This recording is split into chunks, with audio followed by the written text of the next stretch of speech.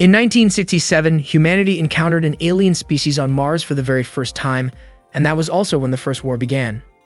These aliens, whose goal was to wipe out humankind, were called the Betha. In response, humans began developing weapons to fight back. The first major battle took place on the Moon, where humanity deployed combat robots and heavy artillery against the Betha. Despite their efforts, they still couldn't stop the invasion.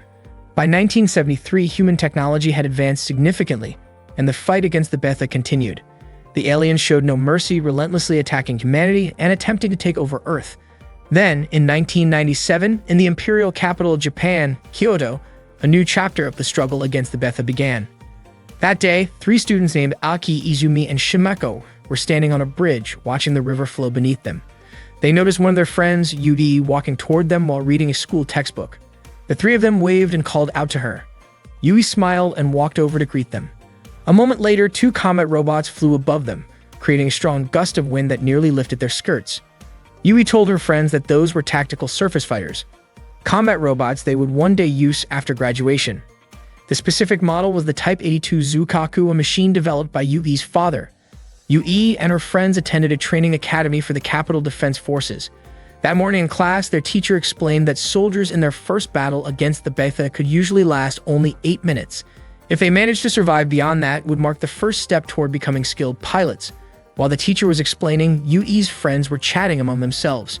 Izumi looked especially tired since she had stayed up late talking on the phone with her boyfriend. Her boyfriend had recently been transferred to Kyushu. Shimeko pointed out that everyone in Kyushu had been evacuated a year ago, but Izumi said he mentioned something about a new base being built there. Yui tried to remind them to stay focused, but before she could say anything, their teacher suddenly called them out. Yui quickly stood up straight. The teacher then asked Yui to explain what the Betha were. With confidence, she answered that the Betha were alien beings intent on destroying humanity. Suddenly, another girl, Kazusa, stood up and added that the Betha were extraterrestrial creatures not from Earth, whose purpose was to annihilate humankind. Yui and Kazusa locked eyes for a brief moment before the teacher told them both to sit down and continue the lesson.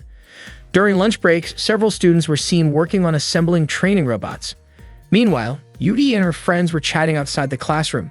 They started talking about Kazusa, discussing how her family had a long history of serving as tactical surface fighter pilots rather than as royal officials. Some of Yui's friends joked that Kazusa might be Yui's rival. Yui denied it, saying she didn't see Kazusa that way. As they sat down to eat lunch together, Izumi began reading a letter from her boyfriend, but Aki couldn't resist teasing her a little. Everyone laughed, lightening the mood. One day in autumn, Shimeko and Yui were riding a bus together. Shimeko asked if Yui's father was still overseas. Yui replied that he often traveled back and forth, but even when he returned to Japan, he was always busy in Tokyo. Not long after, they saw a car pass by, an expensive one that happened to be carrying Kazusa. Seeing that, Shimeko sighed and said that families of high status should be setting better examples for ordinary citizens. Yui laughed, saying Shimeko sounded just like their teacher. When Yui finally arrived home, her face lit up with excitement. She saw several cars parked along the street near her house. Her uncle, Lieutenant Colonel Eiji, had come to visit. Yui immediately greeted him with a salute. Eiji was surprised to see how much she had grown and how capable she had become. He asked her to keep his visit a secret since his new posting hadn't been made official yet. He told her to just call him Uncle as usual. Eiji was curious how Yui had known he was there, and she explained that she noticed the security vehicles parked nearby. Eiji chuckled in disbelief, mentioning that he had specifically declined an escort. Yui laughed softly at his reaction. They sat down for tea, and Eiji shared a message from Yui's father. He wanted Yui to keep working hard in her training. Her father couldn't leave Ichigaya for the time being. Yui said she had already guessed as much and asked if it was due to an emergency situation, but Eiji didn't know the details. Yui was scheduled to begin her live training soon. Eiji explained that at the National Defense Training School, the students would practice using the Gekishin units, and once they graduated, they would be allowed to pilot the Zukaku. Both Gekishin and Zukaku were impressive tactical robots, but they still hadn't succeeded in defeating the Betha. It seemed they would need far more tactical surface fighters to handle situations like that. After hearing this, Yui asked for a chance to try one out herself. However, Eiji reminded her that while the country's defense was important, the idea of sending young girls to the front lines hadn't been considered yet, so she shouldn't rush things. Yui then asked how long Eiji planned to stay in Kyoto. Eiji told her he would return to Tokyo as soon as his work in Kyoto was finished.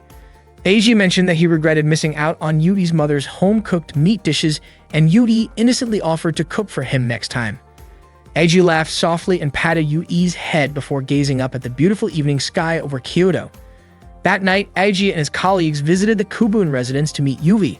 Yui asked why, out of all 5 noble families, Eiji chose to visit the Kubun family.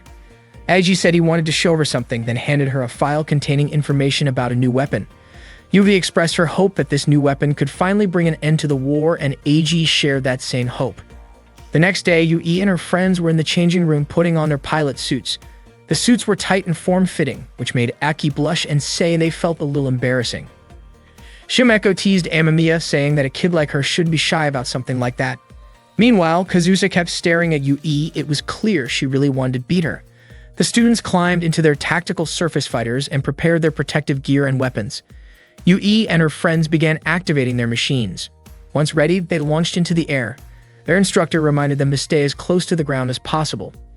Aki, however, flew her unit too high and triggered a height warning before colliding with a laser beam. After that, the instructor told them to switch to ground formation and engage mock enemies. The machines moved carefully, avoiding contact whenever possible, but an accidental collision occurred. The instructor declared that everyone had failed and ordered them to return to base, giving them a punishment of 10 laps around the field. Yui and her friends carried out the laps as instructed, then resumed their training. This time, they had to hold their positions and fire at targets ahead. The instructor urged them to keep fighting, reminding them that in real combat, those who gave up first would be the first to fall. During a training match, Kazusa faced off against Yui. Kazusa managed to push Yui back, and just as she was about to finish her attack, Yui countered and struck back, damaging part of Kazusa's unit. Yui then landed a clean hit on Kazusa's robot's shoulder, securing her victory. During the break, Kazusa was rinsing her hair when Yui approached and handed her a towel. Kazusa smiled and accepted it. That evening, Kazusa joined Yui and the others for a snack run. The group was cheerful and welcoming, making Kazusa feel like part of their circle. Later that night, when they tried sneaking back into the school, they were caught by their instructor. As punishment, they were assigned to clean the tactical surface fighters used in training. One autumn night, a robot unexpectedly malfunctioned and exploded. Emergency crews rushed to evacuate the injured, while several students watched in shock. The instructor told them that if they couldn't handle witnessing something like that, they might not be ready to be there at all. After the incident, a few students decided to withdraw from the program and said their goodbyes. By 1998, war had broken out between humans and the Betha on the Korean peninsula. Civilians could only watch from afar as the battles raged on. At the same time, Eiji, who was stationed at the Ichigaya Weapons and Technology Defense Center, received reports about the situation. He realized that the fortresses were eventually being overrun, and it was only a matter of time before Japan would come under attack. That night, a fleet led by Captain Izumo with Emiya among its ranks prepared to head toward the battlefield. The first officer reported that the Betha had entered the Tsushima Strait from the southern part of the Korean peninsula and that more were on their way. Captain Izumo knew their fleet wouldn't be able to hold off such a massive assault, especially since some allied ships were caught in a storm. Even so, he ordered his crew not to let the Betha reach the mainland, because if they did, tens of thousands of people would lose their lives. In July, lines of tanks fired their cannons toward the sea, trying to stop the Betha from reaching the mainland. The cannons kept firing non-stop, but the Betha continued to push forward toward land. Their attacks had already started spreading across Kyushu. That day, Izumi suddenly screamed in shock, and her friends immediately gathered around her. Kazusa came over and asked what was happening to Izumi. It turned out that Izumi's boyfriend, who had been transferred to Kyushu, had fallen in battle. Even Shimako's cousin, who lived in Tottori, had died because he couldn't evacuate in time. Yui tried her best to comfort Izumi, who was crying uncontrollably. Meanwhile, the news broadcast reported that Betha forces from northern Kyushu and the Sanin region on the western side of Honshu were approaching the mainland. Japanese and American troops stationed in Japan were planning to join forces and form a defensive line connecting Maizuru and Kobe to protect the capital. Evacuation orders had already been issued across several regions. Only then did Yui and her friends realize that the reason their training had been accelerated was so they could soon be deployed to help. Several areas were in the process of evacuation, including Osaka, Shiga, Nara, Wakayama, Mie, and Aichi. During one of these evacuations, an elderly man suddenly decided to return to Kyoto. He believed that if the capital fell, there would be no point in fleeing to Tokyo. His family tried to stop him, but he insisted on going back to Kyoto. At the same time, the cadets at the pilot training dormitory strengthened their resolve to fight. Yui practiced with determination, Izumi couldn't stop thinking about her late boyfriend, and Kazusa seemed fired up to destroy the Betha. When the day of departure finally arrived, Yui said goodbye to her mother and family. They were deeply moved as they watched her leave. Yui's mother expressed how proud she was that her daughter was dedicating herself to serve the nation and its people. Before leaving, Yui saluted her mother with respect and gratitude. By July 31, the final line of defense in Kyoto had completely collapsed. The 27th Recon Unit had encountered the 3rd Betha wave just 6 kilometers west of Azuru. The D-21 and A-19 Recon units had been shot down by laser attacks. At the same time, intense battles were taking place around Fukuchiyama. Because Yui and her team were still in training and lacked combat experience, their mission was to guard the Arashiyama base in Kyoto. They weren't allowed on the front lines since sending them there would only burden the other troops. Their most important duty was to protect the base at all costs. Although they understood that the decision made sense, being labeled as a burden still stung. Izumi especially couldn't let go of her desire to avenge her boyfriend's death. Suddenly, Kazusa rushed in and reported that the Betha had broken through the defensive line and were advancing toward Takagame, not far from their base. The group ran outside to see the battle for themselves. Sure enough, it looked like the defense troops were starting to get overwhelmed. When one of the mechs approached the base to resupply, it was suddenly hit by a laser strike and exploded. Yui and the others were stunned by what they saw. Yui couldn't help but think that the world might truly be heading toward collapse. It had been a long time since any country had even been able to count the number of casualties anymore. Then, a sudden emergency alert blared across the comms. Betha had been detected just 10 kilometers west of the base. Yui and her team immediately rushed to their tactical surface fighters. Shimeko was puzzled, wondering why the Betha had advanced so quickly and were now targeting the ammunition depot behind the front line. But Yui disagreed, saying that they were now the ones standing on the front line. The team activated their machines and began moving forward. Reports came in saying that more Betha were arriving in massive numbers. The leading force consisted of destroyer-class units, followed by grappler-class with the laser-class positioned in the rear. Yui hoped that she and her friends would make it through the battle safely. With determination in their hearts, they took off, flying straight toward the incoming assault. During the battle against the Betha, the squad leader ordered Yui to take command of the 2nd Tactical Surface Fighter Unit, which would focus on attacking the destroyer-class enemies. Meanwhile, the 1st unit, under the squad leader's direct control, was tasked with protecting the 3rd unit, which would concentrate on engaging the grappler class. The leader reminded everyone that if they saw any laser fire in the sky, they had to prioritize eliminating the laser-class enemies first. Yui and her teammates stood ready on the front line, waiting for the destroyer class to appear. Soon, Yui signaled that the enemy was approaching. The squad leader instructed her team to lure the Betha as close as possible and to stay below 100 meters in altitude. As the Betha forces closed in, the squad leader ordered a shift to the Arrowhead 1 attack formation. All tactical surface fighters advanced, preparing to fire in unison.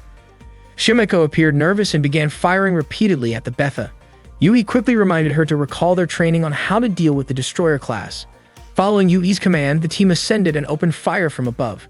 After successfully hitting several targets, Shimeko managed to destroy a few destroyer-class units and smiled with relief, proud of what she had accomplished. Suddenly, a warning flashed. A laser-class enemy had appeared nearby. Yui noticed Shimeko had flown past the safe altitude limit and tried to warn her. Shimeko realized it too late. A laser beam struck her unit, causing it to explode. Izumi was shocked, and Aiki cried out her name in horror. The squad leader told everyone not to panic, explaining that if they stayed close to the other Betha, the laser class would be less likely to target them. Kazusa then asked where the laser class was hiding. The squad leader responded that it was positioned at 2 o'clock, about 1,200 meters away, near the transmitter station. Kazusa quickly located the target, locked on, and prepared to fire. But before she could take the shot, she heard Izumi's desperate voice. She was under attack. Kazusa immediately redirected her aim and fired to protect Izumi. Betha forces kept coming in waves. Aiki was also firing but soon ran out of ammunition. Just as Betha was about to overpower her, Yui rushed in and took it down just in time. The squad leader urged everyone to stay focused on their assigned targets and reminded them not to let the enemy reach the 3rd unit. The team continued to fire at the incoming Betha.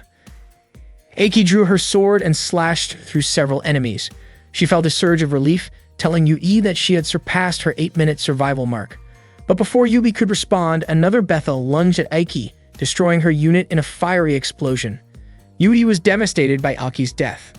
Despite their losses, Yui and her teammates managed to destroy the laser-class enemies. The Betha force was temporarily pushed back, but soon another wave began approaching their position. The squad leader was confused. There was only supposed to be one enemy group. He tried to contact command for confirmation, but there was no response. Realizing something was wrong, he suspected that the main force might have been wiped out. Repeated attempts to reach headquarters went unanswered, and soon it became clear the Arashiyama weapons base had fallen to the Betha. Meanwhile, the Yawata defense line was still holding its ground, but the soldiers were heavily outnumbered. Even their captain's unit was destroyed in battle. Despite their efforts, the Betha eventually broke through the Yawata line. At that moment, Eiji was still at the Ichigaya command post. He hadn't realized the defeat was this severe. He asked his aide about the American forces, and the report came back that U.S. troops had deployed tactical surface fighters from the Theodore Roosevelt carrier through the Biwa Canal to support Japan's defense. Eiji was surprised by their sense of duty, though he doubted it would change the tide of battle. He thought the defenders might soon have to make some very difficult decisions. Above all, Eiji silently hoped that UB would survive the fight. Meanwhile, at Lake Biwa, the 2nd Naval Combat Boat Fleet, Owari, was preparing for battle. The admiral ordered his troops to ready their main weapons. At that moment, Yui and her team were still firing at the incoming Betha forces. One of the creatures leaped toward Yui, but she reacted quickly, pushing it back, stomping it down, and finishing it with a shot. Their situation grew worse as the number of Betha increased rapidly surrounding their position. Their ammunition began running low, and some had already run out. The squad leader realized their position was no longer strategic and ordered all units to retreat to Line 8. Yui's teammates started taking off, but she noticed that Izumi was still fighting, swinging her sword fiercely at the Betha. Yui called out, urging her to fall back, but Izumi refused. She wanted revenge for what she had lost. It wasn't until Yui mentioned Imiena's name and referred to her as a fellow pilot that Izumi finally followed orders and retreated with the others. The squad leader shouted for Yui's team to move faster as the Betha continued to chase them. Suddenly, a laser attack warning appeared. The squad leader told everyone to stay calm and keep their altitude low to avoid being hit. But then, in an instant, he was struck by a laser and went down. Izumi was shocked, wondering how that was possible since he had been flying so low. Kazusa suspected that the enemy had expanded their laser firing angle. The Betha kept closing in. The nearest safe zone was across the hill, about 120 seconds away. One by one, their teammates were shot down by laser fire. Izumi yelled for Yui to do something, while Kazusa begged her to take command so they wouldn't all die there. Yui immediately took over, ordering everyone to push their engines to the limit and fly as close to the ground as possible. They released anti-laser smoke, but the beams cut right through it, striking another member of the squad. Izumi shouted that it was useless, but Yui insisted that they couldn't give up. They kept flying low, but now only 3 of them were left. The timer showed 60 seconds. Then, out of nowhere, massive explosions erupted. It was naval artillery fire, targeting the advancing Betha forces.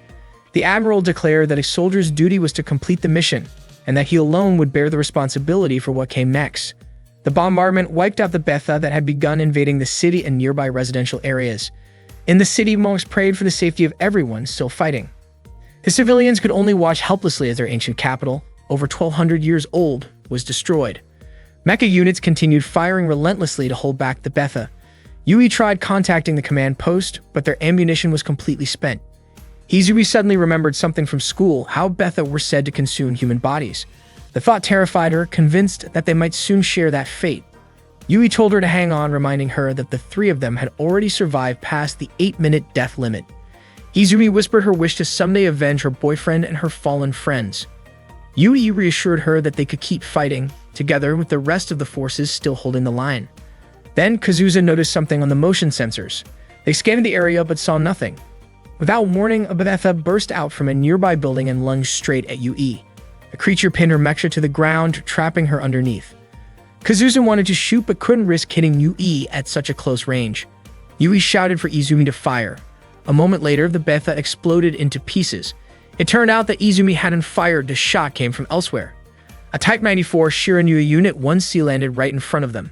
The pilot was their instructor. He told them that surviving past the 8-minute mark proved they were becoming real pilots. From now on, he said they should address him as captain, because they were no longer just trainees, they were in a real battlefield. He promised to protect them and ordered them to head to Kyoto Station at Line 8, where they could regroup and restock ammunition. The 3 were reluctant to leave him behind, but he firmly insisted that they follow orders. Yui, Izumi, and Kazusa then took off toward Kyoto Station. Watching them go, the instructor hoped that one day he would see them again, as true, fully fledged pilots. As the Betha swarmed closer, he raised his weapon and opened fire, determined to hold them back no matter what. While Yui was flying, she occasionally glanced back to check on her instructor, who was struggling behind her. She wanted to help, but she couldn't. she had to keep moving forward. Yui contacted the command post to report that she and her teammates, the 2nd Arashiyama unit, would be entering from the west. Unfortunately, during their flight, a group of Fort-class Betha appeared and blocked their path, forcing the 3 of them to crash. Yui's tactical surface fighter was too damaged to operate any further, so she quickly got out and tried to contact Kazusa and Izumi. There was no response. Determined to find them, Yui kept moving through the wreckage until she found Izumi's TSF. But Izumi wasn't there, only a small photograph of her and her boyfriend remained inside. Yui pressed on, searching the area near the fallen unit. There were traces of blood everywhere, and when she followed them, she froze in horror. She saw Izumi's lifeless body being consumed by several soldier-class Betha. Yui immediately turned off her flashlight and tried to stay silent. Suddenly, Kazusa's voice came through the comms. Yui asked where she was and began heading toward her location. At that moment, Kazusa's TSF was surrounded by Betha, tearing apart its armor piece by piece. Inside, Kazusa was in pain, struggling to stay conscious while calling out to Yui. Desperation filled her voice as she begged Yui to end her suffering before the Betha reached her. Yui finally found Kazusa's unit, still being swarmed by the creatures. With trembling hands, Yui aimed her pistol at the Betha, ready to fire, but when Kazusa pleaded for her to shoot, Yui couldn't bring herself to do it. She screamed in anguish and pulled the trigger several times into the air, unable to point the weapon at her friend. Powerless, Yui fell to her knees, forced to watch as Kazusa was dragged away and killed. Just as the Betha turned toward Yui, a powerful blast hit the creatures, throwing her backward. A Take Mikazuchi type TSF had arrived, its sword drawn as it descended. The unit landed with incredible force, slashing through the swarm and firing rounds that obliterated the remaining Betha nearby. Then everything went dark for Yui. When she woke up, she found herself in the student infirmary. Her body was weak, but she managed to step outside, only to be met with a sight that broke her heart. Kyoto had fallen. The city was nothing but ruins, completely overrun by the Betha. The world seemed to be ending, and human casualties had become impossible to count. Yui couldn't help but wonder if humanity was nearing total collapse. A nurse noticed Yui wandering outside and quickly called out to her, reminding her that she wasn't in any condition to walk around. The nurse gently brought her back inside. As they entered, the sound of a crying baby echoed through the room. Yui began to cry as well, prompting the nurse to ask if she was in pain. 3 years later, Yui was on a transport aircraft, staring out the window.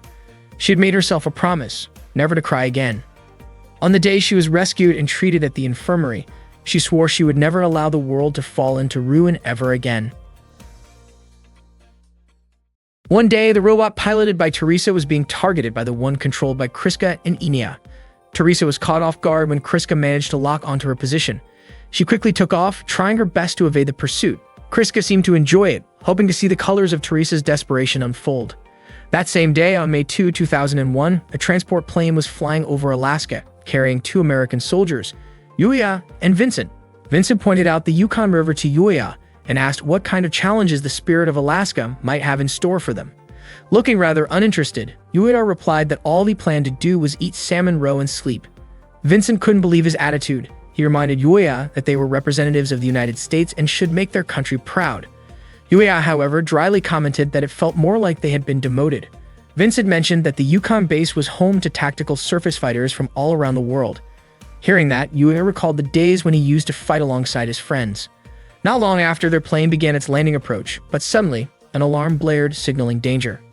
Meanwhile, the battle between Teresa and Kriska continued. Teresa grew frustrated, wondering why she couldn't shake Kriska off her tail. A warning message came through ordering her to return to base. She ignored it, believing that if she stopped now, Kriska and Inia would surely defeat her. Back on the plane, Yuita rushed into the control room to find out what was happening.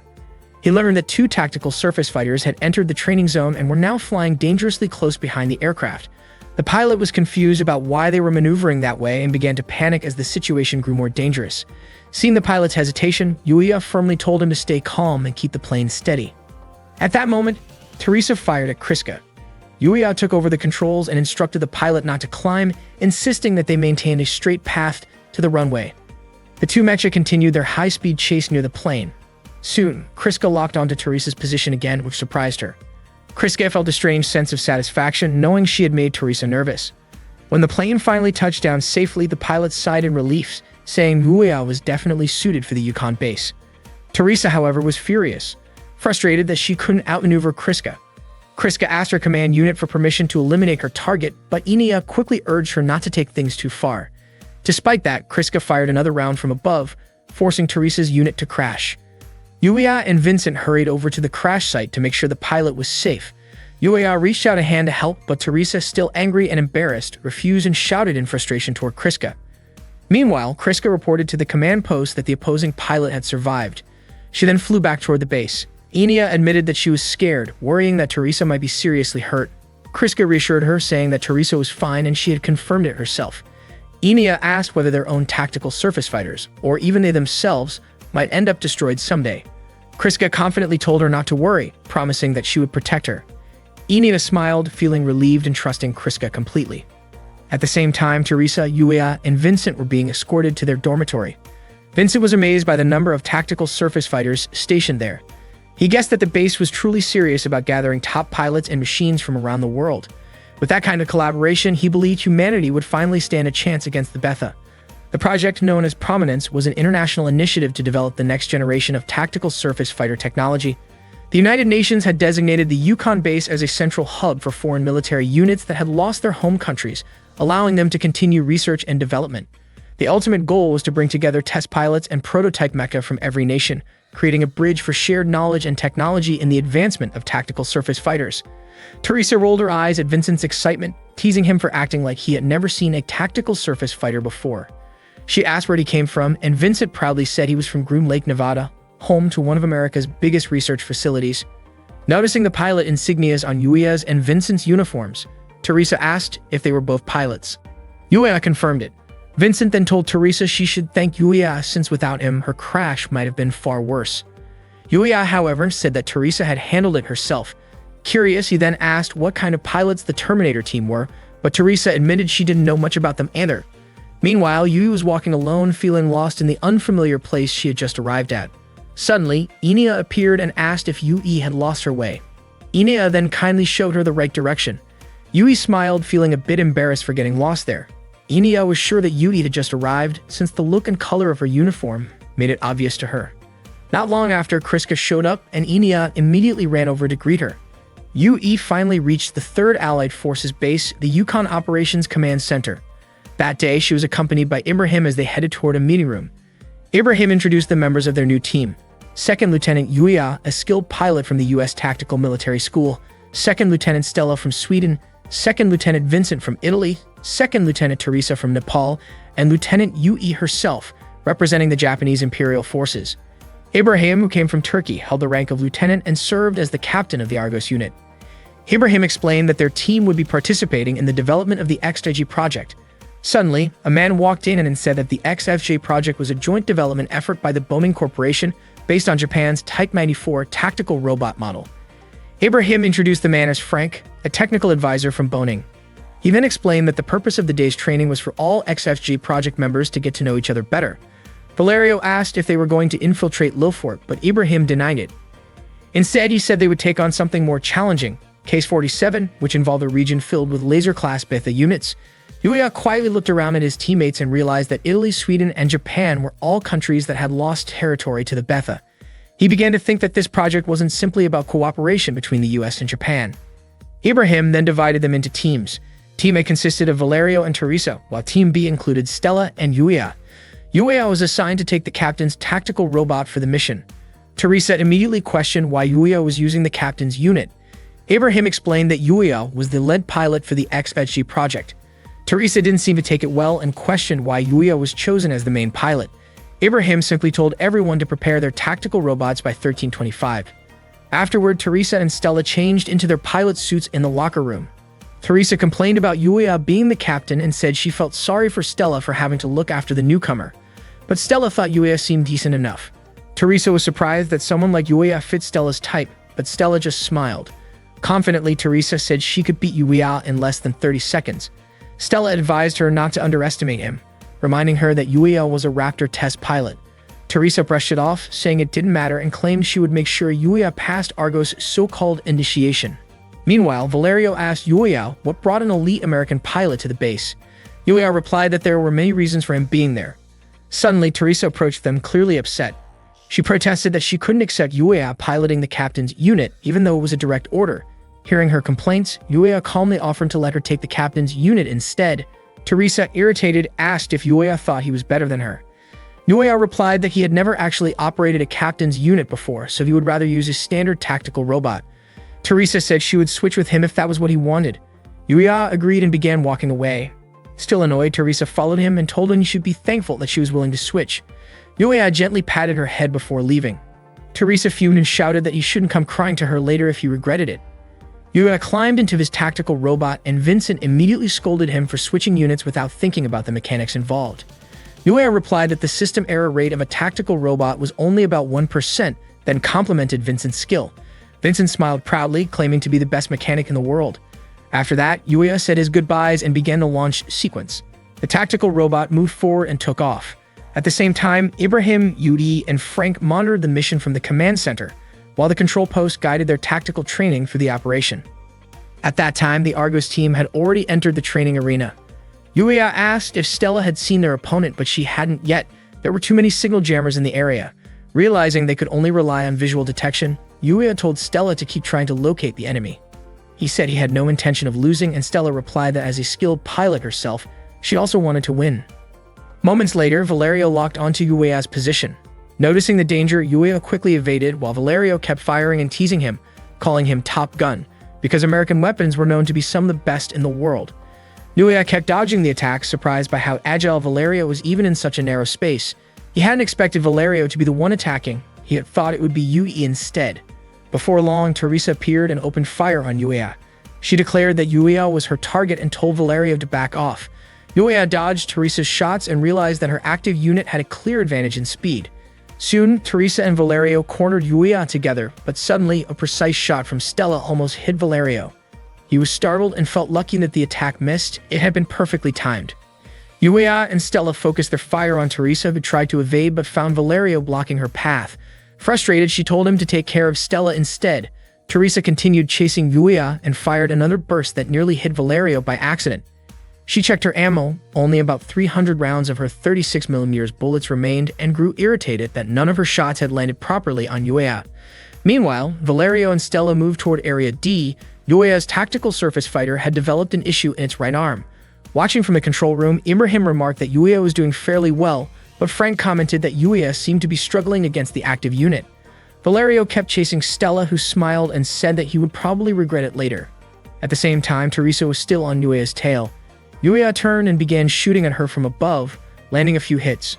Teresa drew her sword, deciding to settle things in close combat, and kept pressing forward while Yuya continued firing back.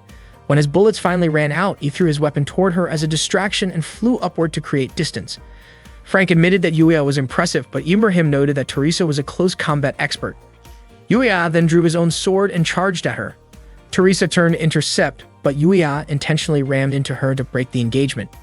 Meanwhile, Stella was still being pursued by Valerio. She led him into a tight corridor where he thought she had given up, only to realize too late that she had planted explosives there. The explosion disabled his unit, and Valerio was officially out of the match. Back on Yuya's side, things were looking bad. He couldn't overpower Teresa in close combat. Just as Teresa was about to strike, a long-range shot from Stella hit the head and cockpit area of Teresa's unit with perfect accuracy. The mission was over. The winners were Yuya and Stella. Teresa was visibly frustrated. After the exercise, the four of them gathered and talked. Valerio praised Stella for her bold move. Yuya said they all shared the same goal. Valerio then told Teresa that no matter how strong she was, she couldn't win alone. Teresa snapped back, blaming him for not backing her up, but Valerio reminded her that she was the one who told him to chase Stella instead. Stella then scolded Yuya, telling him not to get cocky. If it had been a one-on-one match, Teresa might have beaten him. Valerio chimed in, reminding everyone that it was a team match. Stella proudly claimed that she and Yuya made the stronger team, while Valerio calmed Teresa down and said they could still learn something from Top Gun Yuya. Hearing that, Yuya jokingly called Valerio Macaroni, and Valerio asked him to use the nickname VVV instead. Teresa laughed at their banter. Yuya turned to her and called her Shorty, which annoyed her immediately. Vincent showed up and was amused that Yuya had already started giving out nicknames again, saying that Yuya definitely had a talent for that. Stella then asked for a nickname of her own. Valerio was about to make a teasing comment, but Yuya quickly stopped him and instead called Stella Venus. She looked flattered, and everyone burst into laughter. From a distance, Ibrahim quietly watched their cheerful camaraderie. Valerio then officially welcomed Yuya as the newest member of the Argos team. One day, Yuya was training alone with his tactical surface fighter. He flew over the forest, but it seemed like he was having some trouble. To him, the machine felt way too sensitive, and he even started to suspect it might be malfunctioning, since it was so hard to control. Eventually, he lost balance and fell. After that, Yuya returned to the base. Vincent immediately walked up to him and handed him a drink, curious as to why Yuya was back so soon when his training wasn't even finished. Yuya explained that the tactical surface fighter was difficult to handle, then muttered something about a Japanese doll that annoyed him. Vincent asked if he meant Yugi by that. Yuya said that back at his house there used to be an old traditional Japanese doll. It looked like a person but had a pale, lifeless face that used to scare him as a kid. Vincent couldn't help but laugh after hearing that. He then explained that Japanese and American tactical surface fighters were built with completely different designs and combat styles, so it was natural for Yuya to have a hard time adjusting. That made Vincent realize why Yugi had insisted Yuya train with a Japanese-made unit before the Type 94 Shirinu was ready for use. Earlier, Yugi had asked Yuya to train using the Type 97 Fubuki. Yuya was clearly annoyed when she told him that, wondering if she hadn't even looked at his records. Yui noticed how upset he was, but Yuya told her she had no reason to be irritated over something like that. Yudi asked if his attitude had anything to do with his feelings about the mission, but Yuya denied it. When she asked if he had a personal issue with her, he denied that too. Yudi then told Yuya to fix his attitude because his behavior had been quite disrespectful. Yuya coldly asked if that was an official order from the XFJ project or if Yui was just using her position for her own satisfaction. Yui didn't care how he saw her. What mattered to her was that he corrected his behavior. Meanwhile, Stella, Teresa, and Valeria were watching their conversation from a distance. Teresa couldn't believe how tense the atmosphere had become. Valerio understood how Yuya felt, but also noticed how much Yuya seemed to enjoy teasing Yui. Stella was confused. After all, both of them were Japanese. Vincent then explained that actually both he and Yuya were American. Yui was surprised considering Yuya had dual nationality, American and British, but since he also had Japanese heritage, she felt his attitude reflected poorly on Japan. Yuya got irritated when she said that. Yui simply told him to make sure he was comfortable with the Fubuki before the next training session. Yuya insisted that he considered himself American. Vincent later admitted he thought Yuya was about to hit Yui during their argument, but Yuya made it clear that he would never raise his hand against a woman. Vincent joked, asking if that was part of a Japanese code of honor, like Bushido. Then he reminded Yuya that it wasn't just about controlling the tactical surface fighter. Each machine reflected the mindset of the people who built it. If Yuya wanted to master a Japanese unit, he had to start by understanding how Japanese people think. Vincent encouraged him to take another flight since they would be training with other units the next day. The following day, Argo's flight began their training session. The command post reminded them to maintain altitude and increase their speed. Teresa asked Yuya how his training with the Japanese unit was going. Yuya said he had no problems and was confident he could handle any kind of tactical surface fighter. Teresa challenged him to prove it. Stella smiled and said the goddess of victory would surely be on his side. Hilaria reported that the Scarlet Twins had arrived. Teresa immediately grew tense, wanting to prove who was in charge. Stella gently reminded her to calm down since it was only a joint exercise to practice intercepting Betha, not an actual fight. Stella added that Teresa should stop being so uptight, but Teresa jokingly said she wasn't tense at all, she was just ready to show them what she could do. Yuya was deeply curious about the pilots known as the Scarlet Twins. He couldn't find any detailed information about them in the pilot records. The command post soon instructed Argo's flight to prepare at the starting point, activating the wide data link network. The JIES system came online shortly after, and not long after that, the virtual Betha units appeared. The Argos team began their simulated descent to engage the enemy. Yuya was surprised by the sheer number of Betha. Teresa wondered why he was shocked, explaining that such numbers were pretty common in Asia. Valerio even added that it was the same in Europe. The mission started. Stella asked what formation they should take, and Yuya instructed them to approach using the Arrowhead 1 formation. As he went on the offensive, Yuya dodged several attacks and returned fire. He noticed that his tactical surface fighter was still overly sensitive, just like the day before, and started to suspect that something might be wrong with the machine. The rest of Argo's flight continued firing at the approaching Betha. Suddenly, Yuya was surrounded. Valerio wondered how that could happen and suspected a technical malfunction. Yuya struggled to control his unit, frustration building with every movement. Meanwhile, at the command post, the Scarlet Twins were informed that they had eliminated 122 Bethas so far, which the operator considered slow progress. The twins were instructed to increase their kill ratio by 7%. Kriska acknowledged the order. Inea then noticed that a nearby tactical surface fighter seemed to be in trouble. Kriska scanned it and discovered that the pilot was Yuya. She calmly told Inia not to worry about other teams and to focus on the enemies in front of them.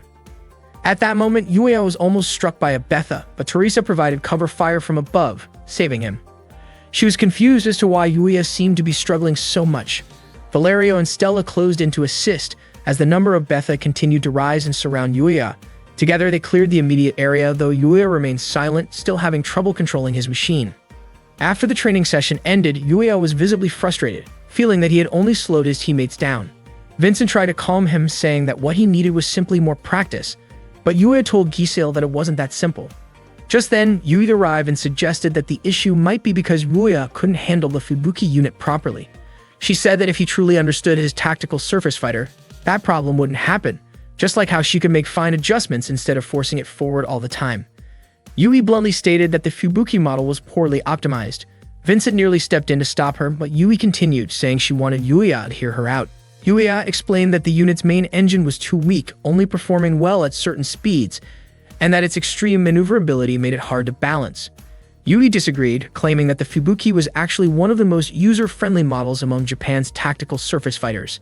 Even in the middle of battle, Imperial Japanese pilots could handle it smoothly, and some trainee pilots were already capable of operating it well.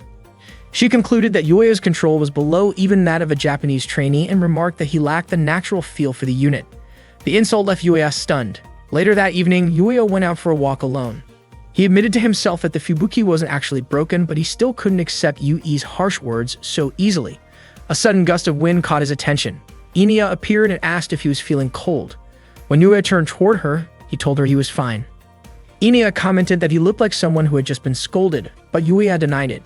Then, without warning, Inia linked her arm with his and cheerfully said she wanted to introduce him to Kriska and Misha, who were always with her. Yuya asked if Kriska and Misha were her family. Inia nodded and said she was sure that meeting Misha would make him feel better. She then gently pulled Yuya along with her. Meanwhile, Teresa and Stella were taking a shower after training. Teresa couldn't figure out what was going on with Yuya. Stella thought that the Japanese tactical surface fighters were quite different from others, and that they should help Yuya until he got used to them. Teresa suggested they invite Yuya out for a drink to help him relax and forget about his troubles. Stella teasingly asked if Teresa was trying to cheer him up, and Teresa, embarrassed, quickly denied it, saying she only wanted to mess with him a little. Suddenly, Valerio's voice came from nearby saying it wasn't a bad idea. Teresa and Stella were both startled to find him there. Teresa immediately rushed toward Valerio, scolding him and throwing him out of the changing area. Meanwhile, Eniel led Yuya to a hidden place with Russian letters written on the walls. She asked Yuya to keep following her. Yuya wondered if he was even allowed to enter that area as they walked through a long corridor and took an elevator. He still couldn't figure out what kind of place it was. Once they reached a small room, Inia picked up a teddy bear from her bed and showed it to Yuya. That's when he realized that the bear's name was Misha. Inia then told Misha to greet Yuya, which left him surprised. He was confused about how Inia knew his name since he hadn't introduced himself yet. Suddenly, Kriska appeared and pointed a gun at Yuya. Inia quickly stepped in front of him, trying to stop Kriska from pulling the trigger. When Yuya was a child, he once overheard his grandfather scolding his mother for trusting a Japanese man, who happened to be Yuya's father. His mother defended him, saying it wasn't his father's fault and that she never regretted meeting him. Yuya's grandfather believed Japanese people were cunning and untrustworthy, claiming that his daughter had been deceived and abandoned. However, his mother insisted that Japanese people also had good qualities: kindness, politeness, and diligence. Growing up, Yuya was often isolated by other kids because of his mixed heritage. He started to believe that Japanese people were deceitful and tended to attack from the shadows. One day, he asked his mother why everyone avoided him. Suddenly, in his dream, his mother turned into a Japanese doll and told him he had brought shame upon Japan. Yuya then woke up from his nightmare. At that moment, he found himself in a prison cell, having been captured earlier by Soviet forces. He wondered who Inia and Kriska really were. He didn't think he would be dismissed just because of what had happened, not after everything he had done so far. News of his arrest soon reached Yui. When Soviet soldiers came to interrogate him, they prepared to inject him with something. They mocked him, questioning why a lowly Japanese man had ended up in the restricted area. Yuya protested, saying he wasn't Japanese. The Soviets knew he was an American soldier, but they also knew about his Japanese bloodline. Yuya grew frustrated, wondering why people still labeled him that way no matter where he went. As the soldiers came closer, he shouted for them to stop. Moments later, an officer entered the room and whispered something to the soldiers. Shortly after Yuya was released, his teammates came to pick him up and take him back. During the ride, Teresa laughed at Yuya, saying he looked like a lost baby chick. Yuya, still annoyed, called Teresa short as usual, though he could smell the alcohol on her breath. Valerio said he was relieved that Yuya got out safely. Stella added that it was Yui who had informed the authorities about Yuya's situation and handled all the UN paperwork for his release. Yuya guessed it was because he had missed a scheduled training session. Stella mentioned that Teresa had been yelling in the hangar, demanding to go save him. Teresa turned red and tried to brush it off, saying she just wanted to invite him out for drinks. Yuya muttered that he had no reason to thank that Japanese doll Yui, but he did apologize to his team for all the trouble he caused that day. His friends burst out laughing, with Teresa teasing him non-stop. The group spent the rest of the ride laughing together. That night, Yuya stood quietly, staring at the tactical surface fighter. He thought about Vincent's advice to understand the Japanese mindset if he wanted to truly master a Japanese TSF. Suddenly, Yuri appeared. Yuya told her he had no intention of thanking her. He suspected she only helped because she didn't want to lose someone who could pilot what he called a trash TSF. Yui didn't react to his sarcasm. She told him that during real combat, he wouldn't get another chance to escape like he did in the simulation. She explained that while teamwork might work in a mock battle, it was a different story in the field. Yuya admitted he was embarrassed about what happened earlier and couldn't believe Yui referred to that day's drill as a game. Yui calmly explained that it was a game, because in a simulation, they knew the enemy's numbers, abilities, and every possible move. Against the Betha, though, nothing could ever be predicted. They were countless, powerful, and overwhelming in numbers. Yet Yuya still blamed his TSF for his failure. Yui reminded him that their predecessors had managed to hold the line against the Betha even with less capable TSFs. Yuya asked whether relying on tricks and clever tactics to develop those machines, something Japanese engineers often did, wasn't also just playing around. Later that night, Inia and Kriska relaxed together in a hot bath. Inia couldn't stop thinking about Yuya and admitted she was curious about him. Kriska told her not to worry about Yuya and warned her not to get too close, saying that their family only consisted of the two of them. Inia replied that Misha was also part of their family. She smiled, saying she loved feeling the warmth of being with Kriska, and wondered why Yuya and Yui always seemed so cold toward each other. That day, Yuya was training to pilot a Japanese tactical surface fighter. He was flying it through a long underground tunnel, and the machine's sensors kept warning him to stay centered. But Yuya was clearly struggling. He kept pushing forward at high speed, sometimes even scraping the tunnel walls. The machine was harder to control than the Type 97 model. The command post reported that he had passed checkpoint 4 minutes and 52 seconds behind schedule. Yuya looked frustrated. The tunnel was full of sleeper drifts that made maneuvering even harder. He adjusted the proximity line and lowered the pilot's safety settings to the minimum. He refused to let the machine beat him again. He kept firing at simulated enemies and pushed the throttle to soar upward, bursting out of the tunnel into open air. When Yuya returned to base, Vincent immediately approached him. He couldn't believe Yuya had turned off the pilot's safety systems again. Yuya said that even so, it saved him 25 seconds. A moment later, Yui walked over and asked if he had anything he wanted to say. Yuya admitted that he thought he had already mastered the handling of Japanese-made tactical surface fighters based on the Type 97, but he realized he was wrong. This new one was even more unstable than before. Yui explained that the Type 1C tactical surface fighter was based on the Type 2 and was designed with a full focus on combat capability. That was exactly why it was harder to control. She said the Type 97 required a balance of gentle touch, courage, and refined piloting skill, maybe a bit too much for Yuya at that point. Annoyed, Yuya argued that he had already been training with the machine for 18 hours and still had 32 simulations left to go. He was sure that before the test period ended, he would master it completely. Vincent could only sigh at his determination. The next day, Yuya continued his training in the Japanese tactical surface fighter. His mission that time was to engage with drones. The command post reported that they had lost contact with the 6th drone and ordered Yuya to head toward grid E92 to retrieve it. He realized that Soviet forces were using E92 for their own training, so he needed to act fast before things got complicated. Yuya flew toward E92 and spotted the missing drone. But before he could get to it, the drone exploded, shot down by another tactical surface fighter. The pilot turned out to be Kriska. She told Yuya to back off since the area was under Soviet training jurisdiction. They even warned they would open fire if he got any closer. Yuya calmly explained that he only wanted to retrieve the lost drone. Suddenly, Inia greeted him cheerfully, asking if he was chasing a runaway drone. Kriska reminded her not to chat with Yuya since they were still in training. Not long after, the Soviet command post called Kriska and Inia back to continue their exercises. Before leaving, Inia waved goodbye to Yuya with a smile. That's when Yuya finally realized that Kriska and Inia were the infamous Scarlet Twins. That night, while buying a drink from a vending machine, Yuya asked Teresa about the Scarlet Twins. Teresa complained that Kriska and Enia were annoying but warned Yuya not to bother them, since they were already her own targets to deal with. Suddenly, Valerio jumped in to tease Teresa, telling her not to come begging others for help. Teresa immediately chased after him, yelling in frustration. Left standing there, Yuya wondered what exactly everyone was so afraid of. He muttered in irritation, blaming the tactical surface fighter, which he now considered more like a steel coffin than a weapon. That night, Yuya washed his face with cold water, trying to cool down his anger and clear his head. Later, he confronted Yui, demanding to know what kind of tactical surface fighter they planned to build if they kept ignoring the feedback from the pilots. Yui was surprised that he called the machine useless. She quoted a Japanese saying, "A rider and their horse are one." She explained that for Japanese pilots, trusting the machine and bringing out its full potential mattered more than simply controlling it. She had hoped Yuya would be honest with himself about that. Yuya replied that test pilots also risked their lives to create machines they could trust, and that was his pride as a pilot.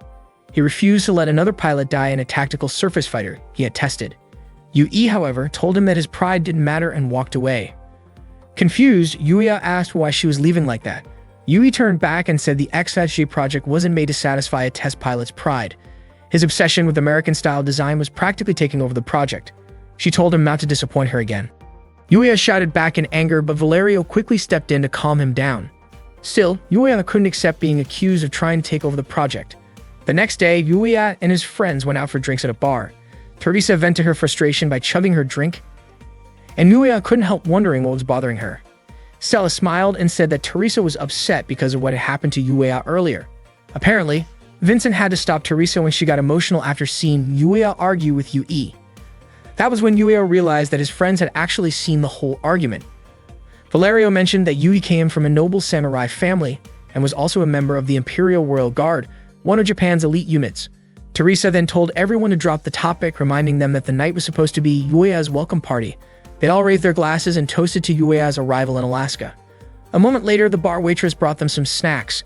While leaning over the table, her large chest accidentally pressed against Teresa's head. She casually asked if they wanted to order their usual menu. Valerio teased her, joking that he wanted to order 2 big melons. The waitress, a cheerful French woman named Natalie, turned to Yuya and said it was her first time seeing him. She introduced herself and Yuya shook her hand with a polite smile. Teresa, flustered, complained about Natalie's chest being too close to her. Yuya looked a bit worried about the commotion, but Stella just laughed, saying that it was nothing new. Valerio added that Teresa and Natalie often clashed because they were both stubborn in their own way. When Stella asked for a food recommendation for Yuya's welcome party, Natalie suggested they try real meat instead of synthetic meat. Valerio immediately agreed since he was tired of eating artificial food. Teresa doubted it would be affordable, but Natalie promised her a special discount. Grateful, Teresa hugged Natalie in thanks, and Natalie playfully told her to come along as payment. Later, everyone burst out laughing when Teresa returned. Natalie had dressed her in a cat-made costume. Teresa, red-faced, explained that Natalie had forced her to wear it. Natalie said the outfit suited Teresa perfectly before snapping a quick photo and running off. Teresa chased after her, shouting for Natalie to delete the picture. Valerio chuckled and began reminiscing about when Teresa had first arrived in Alaska. Back then, she never smiled and always looked gloomy. Stella added that most people there were like that. Many had lost their homelands to the Betha, along with their families and friends. The only thing left for them was their anger toward the invaders.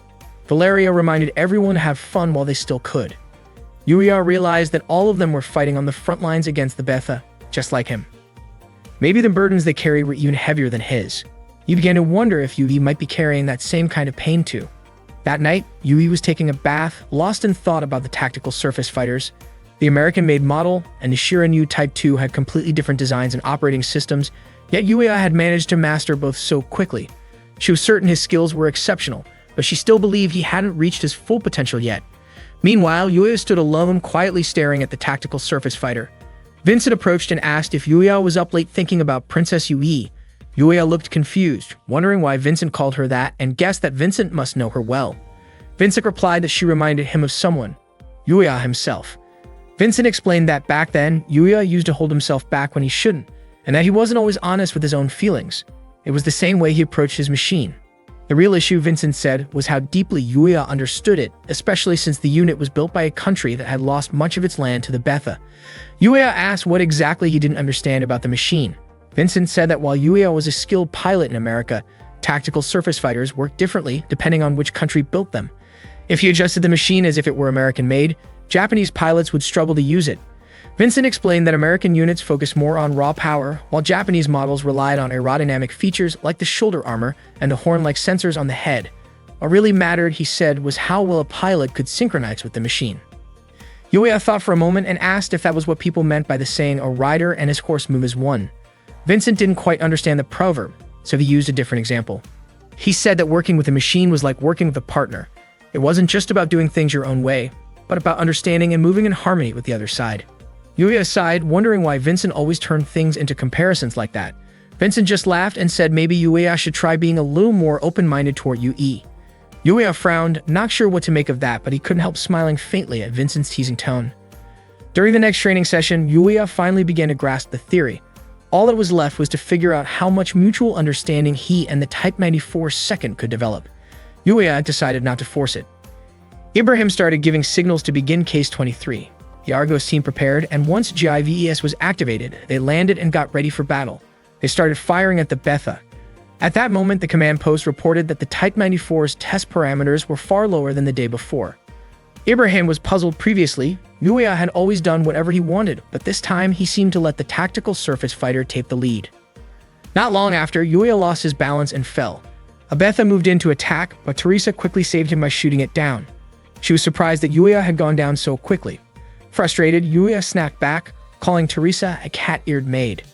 He realized that Japanese tactical surface fighters were far from easy to handle. Suddenly, an unidentified unit entered the training area without authorization. Yuya immediately reported it to the command post, asking for identification. After running the data, the command post found no match in the pilot database. They tried contacting the unknown unit, but there was no response. The unit kept approaching. Yuya signaled the Argos team to prepare for combat. He didn't know what was happening, but he had a bad feeling about it. It turned out that the mysterious unit was the Type 00 Takemikazuchi, belonging to the Imperial Royal Guard. The team suspected it might be Yui. Yui drew her sword, and Yuya was confused as to why she would use a real blade during a training exercise. Stella commented that Yui probably just wanted to be noticed. Yuya wondered if it really was Yui and whether they actually had to fight her. Teresa rushed in to attack first, but Yuya ordered her to stop. Ignoring him, she drew her sword and charged at Yui, only for Yui to parry easily and throw her off balance. Valerio and Stella then moved in, opening fire. They both thought Yui was going too far. Yui countered by striking her sword into the ground in front of them, then swiftly disarmed both Valerio and Stella in a single motion. Yuya swung his own sword trying to fight back, but he struggled to control his tactical surface fighter. Yui pressed the attack relentlessly. Their blades clashed repeatedly, and Yuya soon found himself cornered as Yui kept cutting in faster and faster. Fueled by frustration, Yuya suddenly moved with unexpected precision. He managed to block Yui's attacks perfectly. Yui was caught off guard. Yuya himself couldn't believe he had just pulled off that maneuver. It felt as though he had become one with the tactical surface fighter. Just like Yui had once said, a rider and their horse must act as one. Trusting his machine and drawing out its full potential mattered more than trying to control every movement. Yuya re-engaged, and the battle between him and Yui became intense. Eventually, Yuya managed to knock Yui's sword from her hands. Ibrahim then ordered all units to end the mission. Yui's goal had been achieved. She wanted to teach Yuya an important lesson. Afterward, Teresa refused to accept her defeat at Yui's hands. Valerio complimented Yuya for defeating Yui with the tactical surface fighter he barely trained with. Teresa argued that Yui wasn't that great if Yuya could beat her so quickly. Out of nowhere, Yuya called Teresa Churrasco, making Valerio burst out laughing. Teresa immediately scolded him for it.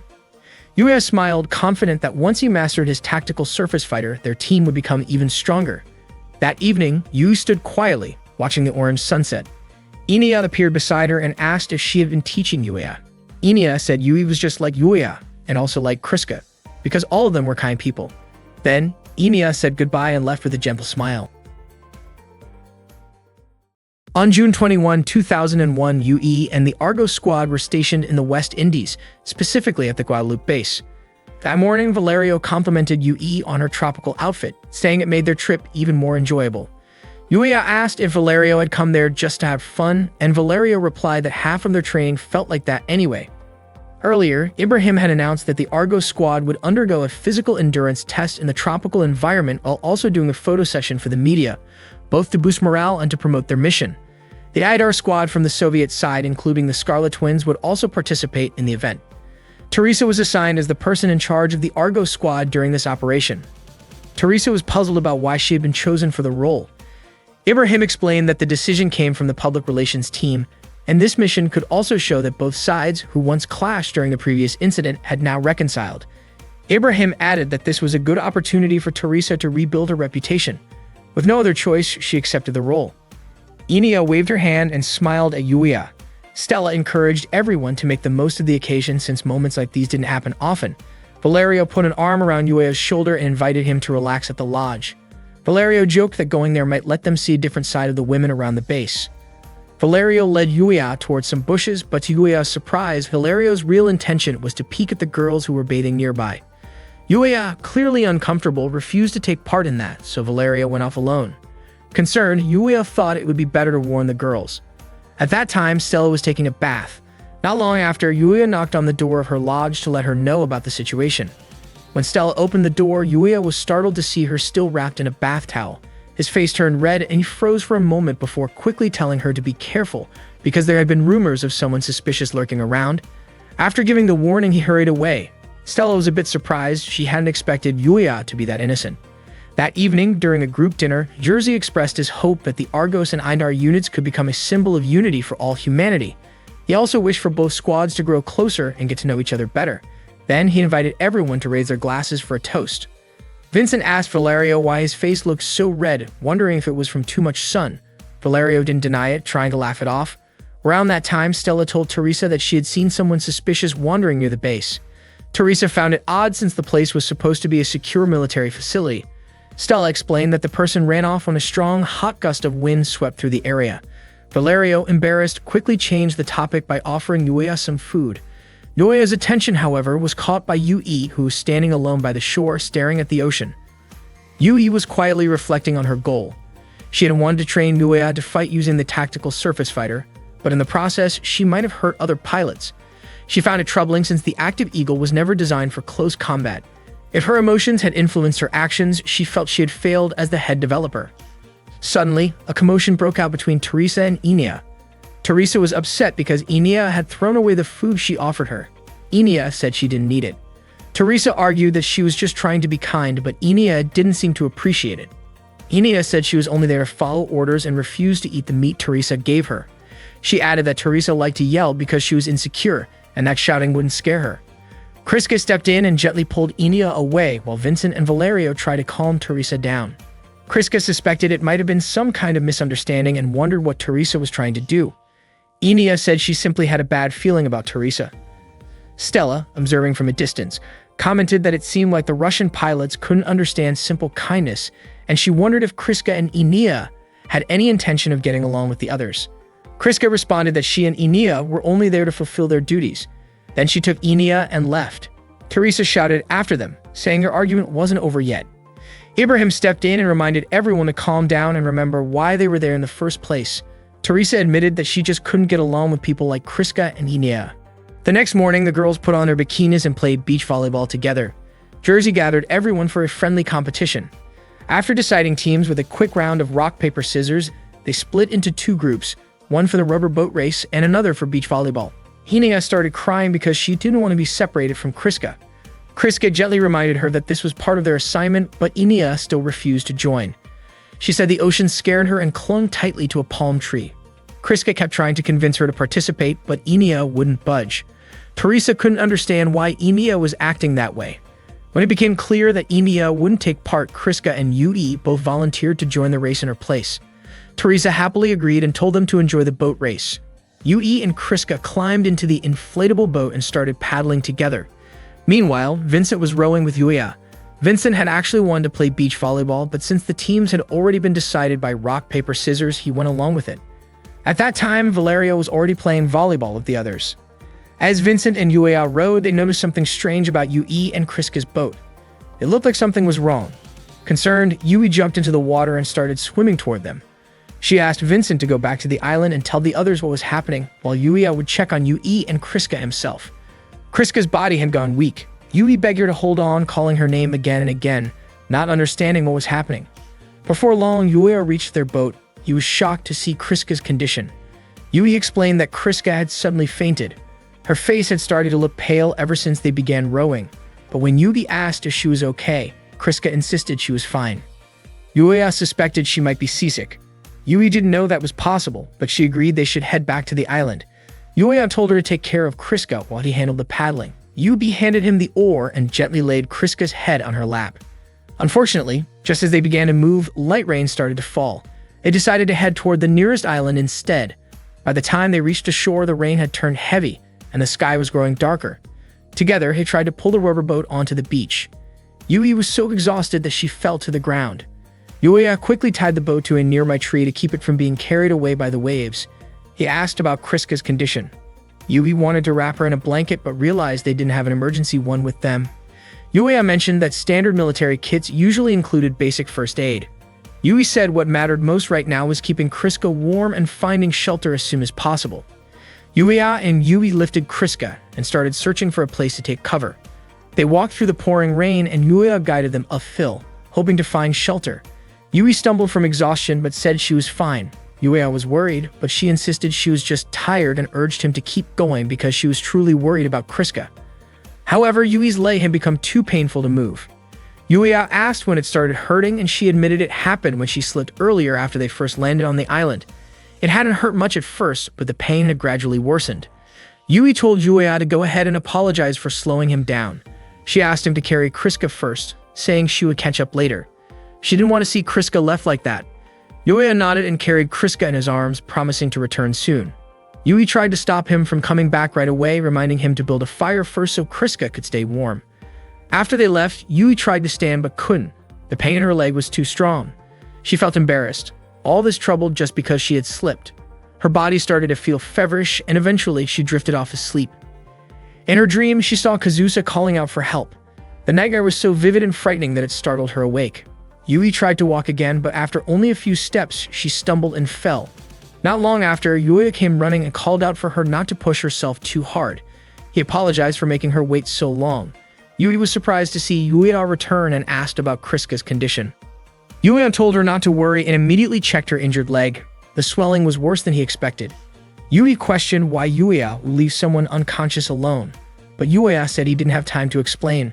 Yui then told him to go back to Kriska, saying she could manage on her own. Yuya, however, told her to stop pretending to be strong when she was clearly struggling to even move. He said Yui always prioritized the mission over herself. Even though he was right there beside her, she still wanted him to go back to Kriska.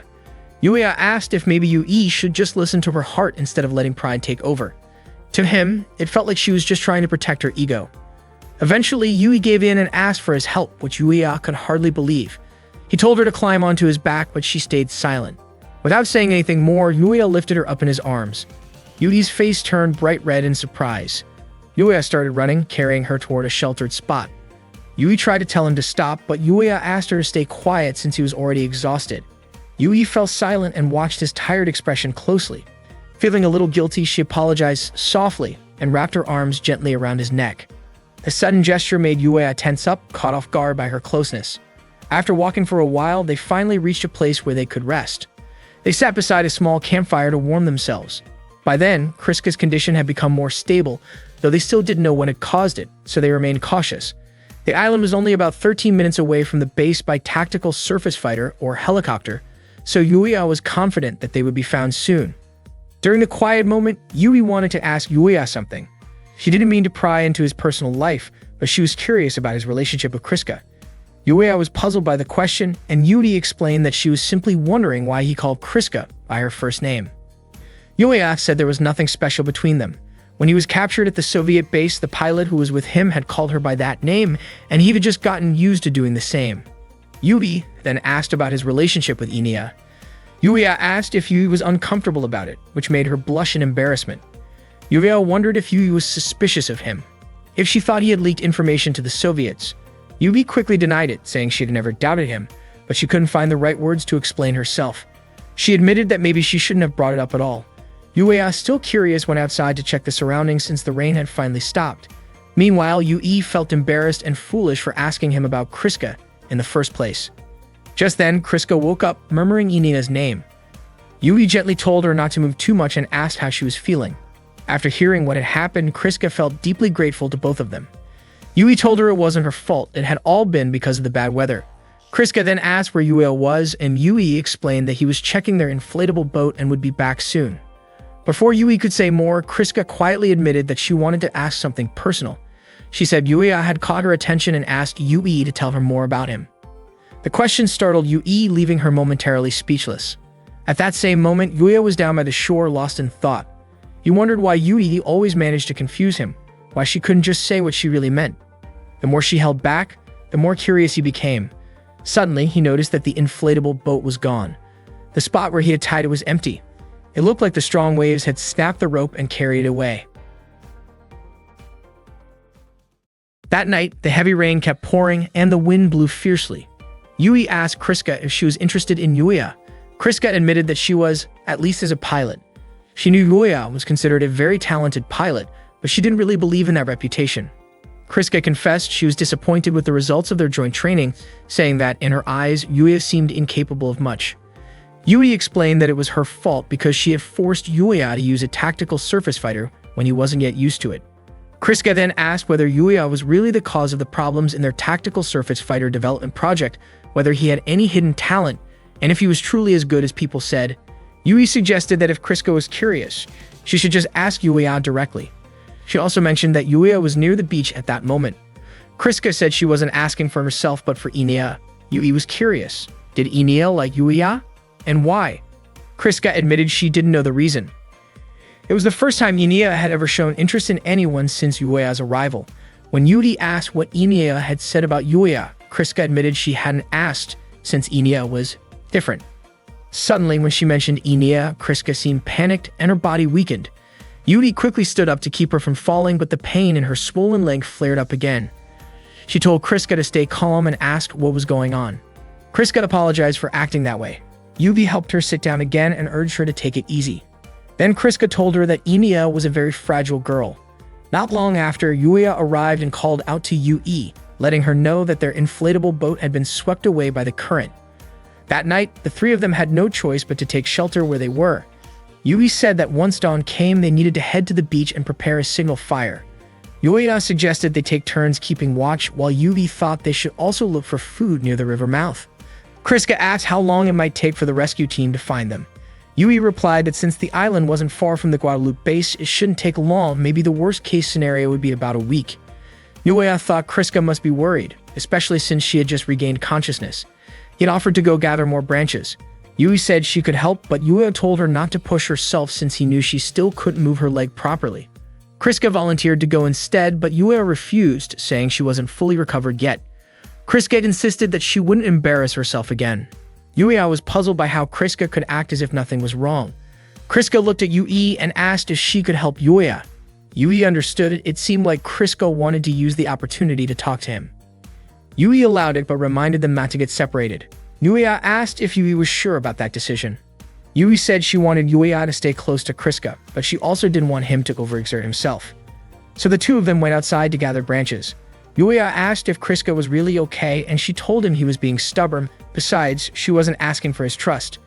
Yuya was confused by her attitude and asked if Stakin or Lennon had told her not to worry about her teammates' safety. Kriska didn't understand what he meant. Yuya then asked if she was aware of the bad reputation the Scarlet Twins had at his base. He said he finally understood why, and it had something to do with her personality. Kriska told him to stop talking about her and instead asked what he thought of Inia. The question caught Yuya off guard. Kriska pressed him to answer, but Yuya wanted to know why she was asking. Kriska said she didn't really understand why Inia was so concerned about him. It was the first time that it ever happened, so she felt she needed to understand who Yuya really was. Yuya admitted that he knew nothing about Kriska or Inia either, and he found it strange that she was questioning him about it. Kriska explained that she and Inia were alike. They only knew Yuya through the database, and under Yui's orders, she was allowed to ask him directly. Yuya was surprised to learn that Yui had told her to do that. Kriska said she just wanted to understand Yuya's personality since she didn't know him well. She'd also mentioned that during training, Yuya and Yui often argued even though they were both Japanese, and she wondered why. Yuya corrected her, saying he wasn't Japanese, and suggested she check his database again. Kriska became curious. Was there a reason he disliked Japan so much? She said a pilot was supposed to stay calm, yet Yuya seemed quick to anger over small things. Yuya replied that maybe others would see those issues as small, but for him, they were serious. He believed that Kriska must also have things she didn't want others to hear.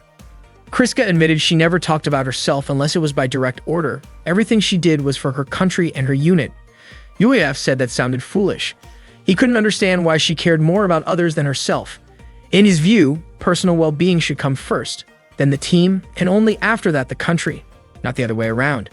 Suddenly, Kriska's body weakened again and Yuya quickly caught her. She pushed him away, saying she didn't want him to touch her. Her head began to hurt and she nearly fell again. Yuya was really worried, but Kriska told him to stay back. When she started to collapse again, Yuya instinctively caught her. He asked why she kept pushing herself so hard. He was sure she had fainted earlier because she overexerted herself. Yuya said he'd been worried that if Kriska and Yui had gotten caught in the storm, things could have ended badly. He didn't understand why both of them always forced themselves beyond their limits. If they kept doing that, they could get seriously hurt. Kriska then quietly confessed that she was terrified of the sea. To her, the ocean was something truly frightening. For Kriska and Inia, that moment was the very first time they had ever seen the ocean up close. Yuya hadn't expected that neither of them had seen the sea before. Kriska said that simply looking at the ocean wasn't a problem, and even seeing it from inside a tactical surface fighter felt fine. But once she got on a boat, she felt as if her whole body might be pulled into the water. Unexpectedly, Yui spotted them and asked what they were doing. The three of them were surprised by her sudden appearance. After that, they went back to their shelter where the atmosphere quickly turned awkward. Yuya tried to start a conversation, but both Kriska and Yui completely ignored him. He then asked Yui if her leg had healed since she seemed to be walking just fine using that wooden cane. But to his surprise, Yui suddenly snapped the cane in half and tossed it into the campfire. Yuya tried to explain that she had misunderstood him and that he hadn't done anything wrong. Kriska then asked what was really bothering Yui earlier, but Yui avoided the question. Yuya thought the situation felt incredibly tense, especially since Yui had been the one who asked Kriska to talk to him in the first place. Yuya commented that Yui looked like a child sulking after being left alone. That remark clearly offended Yui, and Yuya calmly asked if that was how she really felt. Yui, refusing to be seen as sulking, became defensive, and Kriska quickly asked her to calm down. Kriska admitted that she had talked about many things with Yuya earlier and that it had been a good opportunity for her, something she had been able to do thanks to Yui's advice. She then asked if that wasn't what Yui had intended, but Yui denied it. Yuya asked again what was truly bothering her. He realized that Yui didn't like his attitude, but that wasn't the real issue. Yui said she found it strange that Yuya seemed to get along easily with people who weren't Japanese, while she, being Japanese, could never get that close to him. Yuya tried to respond, but Yui cut the conversation short, saying she was going to sleep first since they'd be taking turns standing guard. Before she lay down, Yuya asked whether Yui actually wanted to get along with him. Yui said that wasn't her intention. Any friendliness she had shown toward him was only to make their mission run more smoothly. She made it clear that she didn't want Yuya to misunderstand her actions. When Yui finally went to sleep, Yuya and Kriska stayed awake to keep watch. During their quiet shift, Yuya realized that for some people, race and duty always came first, just like his father used to think. Hearing this, Kriska guessed that Yui's attitude toward him might have something to do with her own feelings for Japanese people. She then asked whether Yuya's father was Japanese and if he had ever done something hurtful to him. What they didn't know was that Yui hadn't actually fallen asleep. She was silently listening to their conversation. Yuya told Kriska that his father had disappeared before he was even born. He was raised by his mother in his grandfather's house. His grandfather often said that Japanese people were deceitful and cowardly, while his mother had been used and abandoned after she was no longer needed. But his mother always defended the Japanese, saying they were kind, polite, and hardworking. Kriska understood then that Yuya carried deep resentment toward his father for abandoning his mother. Yuya said it wasn't just resentment, he simply thought his father was useless. Kriska admitted she couldn't fully understand his feelings. She had never even known what it meant to respect one's parents. Still, she said that even if Yuya hated his father, he was lucky to have parents at all. Just then, a strong gust of wind blew through the area. It was the airflow from a tactical surface fighter. Emiya and the Argos team had arrived to pick them up. The Argos members playfully teased Yuya, suggesting they should just wait until morning before heading back. Everyone was relieved and happy to see them safe. Yuya smiled at Yui and said he was truly grateful that everyone had made it back alive. Yui smiled back at him in return. The next morning, Yui's face turned bright red as everyone around her stared and even tried to take pictures. She felt deeply embarrassed, trying to cover herself with a bath towel while the crowd cheered. Teresa teasingly asked if Yui was really going to go through with it after coming this far. Fuyub, Lita, and Nailham even encouraged her to just do it. Jersey reminded Yui that she was the one who said she would take responsibility for yesterday's accident. Yui admitted that was true, but said she didn't expect to be ordered to do something so embarrassing. Vincent explained that they were allowed to observe as part of their training session. Valerio then urged Yui to get started and not worry about everyone watching. Stella mentioned that it seemed like Kriska and Enia were already prepared. The crowd cheered when they saw Kriska and Enia wearing their school swimsuits, and Valerio complimented how well the outfits suited them. Kriska instinctively tried to shield Enia from the stairs. Nailheim wondered aloud if Yui might be wearing a similar classic swimsuit. Jersey then asked Yui to begin her photo session. Taking a deep breath, Yui threw aside her towel, and for a brief moment, everyone stood in stunned silence. She felt her face heat up even more and asked if they were satisfied now that they had seen her in a bikini. The crowd burst into cheers and began snapping photos. Jersey praised Yui's effort, saying she looked great. Vincent commented that seeing Princess Yui like this was surprisingly charming, while Valerio added that her attitude felt quite different from usual. Yuya, however, didn't share their opinion. Suddenly, Yui walked up to Yuya and told him not to watch her. She reminded him that he had also been involved in yesterday's incident and ordered him to return to his post because she didn't want him seeing her like this. Yuya was puzzled, wondering why Yui seemed embarrassed about being watched by him of all people. Vincent and Valerio teased that Yuya had no right to say that, but he had no idea what they meant. Stella chimed in, saying it looked like Yuya had made a girl flustered and called him completely oblivious. Yuri and Yuya both quickly denied the teasing accusations, insisting that everyone was misunderstanding the situation. Valerio, still amused, said it seemed like the two of them had simply decided to act as if nothing had happened. Yui and Yuya strongly rejected that idea. Meanwhile, Kriska quietly watched Yui and Yuya's exchange. Seeing this, Enia took Kriska's hand and asked if she also wanted to be friends with Yuya.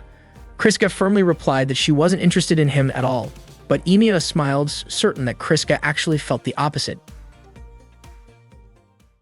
On July 11, 2001, the Betha began invading Soviet territory in Kamchatka, specifically around the Milkovsky region. The troops kept firing non-stop at the approaching creatures, but the base commander grew increasingly worried about the situation. Reinforcements hadn't arrived yet, and if things kept going that way, their forces could be wiped out completely. So far, no laser-class Betha had appeared, which meant air support should have been able to handle them. The Betha continued chasing the armored divisions, leaping at the tanks and destroying them one by one. Not long after, tactical surface fighters arrived on the scene and began firing at the incoming swarm. The base captain shouted that the legendary Thunder God Perun had arrived before them, then ordered all troops to regroup and prepare for a coordinated counterattack. The tanks and tactical surface fighters launched their assault together, striking back at the Betha with everything they had. That same day, a United Nations task force was sailing toward Petropavlovsk, Kamchatsky, with about 30 minutes left before docking. It was Yuya's first time visiting the main Soviet base in the Far East. From the deck, he and his teammates looked out at the snow-covered Mount Avachinsky in the distance, surrounded by icy winds that bit into their skin. Valerio couldn't believe they had been sent all the way from the hot Caribbean to a freezing place like Kamchatka. Stella reminded him that it was part of their duty, collecting performance data under different environmental conditions, but Valerio admitted that wasn't what bothered him. What he actually disliked was that in such cold weather, he wouldn't get to see Princess Yui wearing a swimsuit again. Teresa immediately called him an idiot for saying something like that, and Valerio just laughed, saying he wanted to go back to the Caribbean. While the others talked, Yuya suddenly remembered what had happened that night with Yui on the island. Teresa noticed him zoning out and teasingly asked what he was thinking about. Before anyone could continue, a siren suddenly went off. Valerio thought it was an enemy alert, but it turned out to be a tactical surface fighter flying overhead in distress. The machine looked damaged and crashed into the sea, unable to recover. Valerio guessed that maybe its frame had been bent during close combat or something similar. Kriska calmly mentioned that this kind of thing wasn't unusual.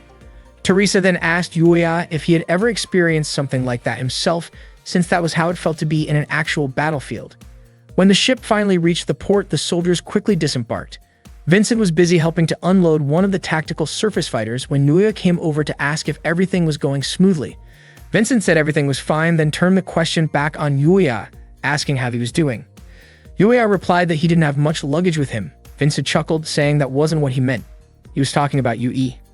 Ever since Yuya had spent the night with her on the island, it seemed like the two of them hadn't been talking much.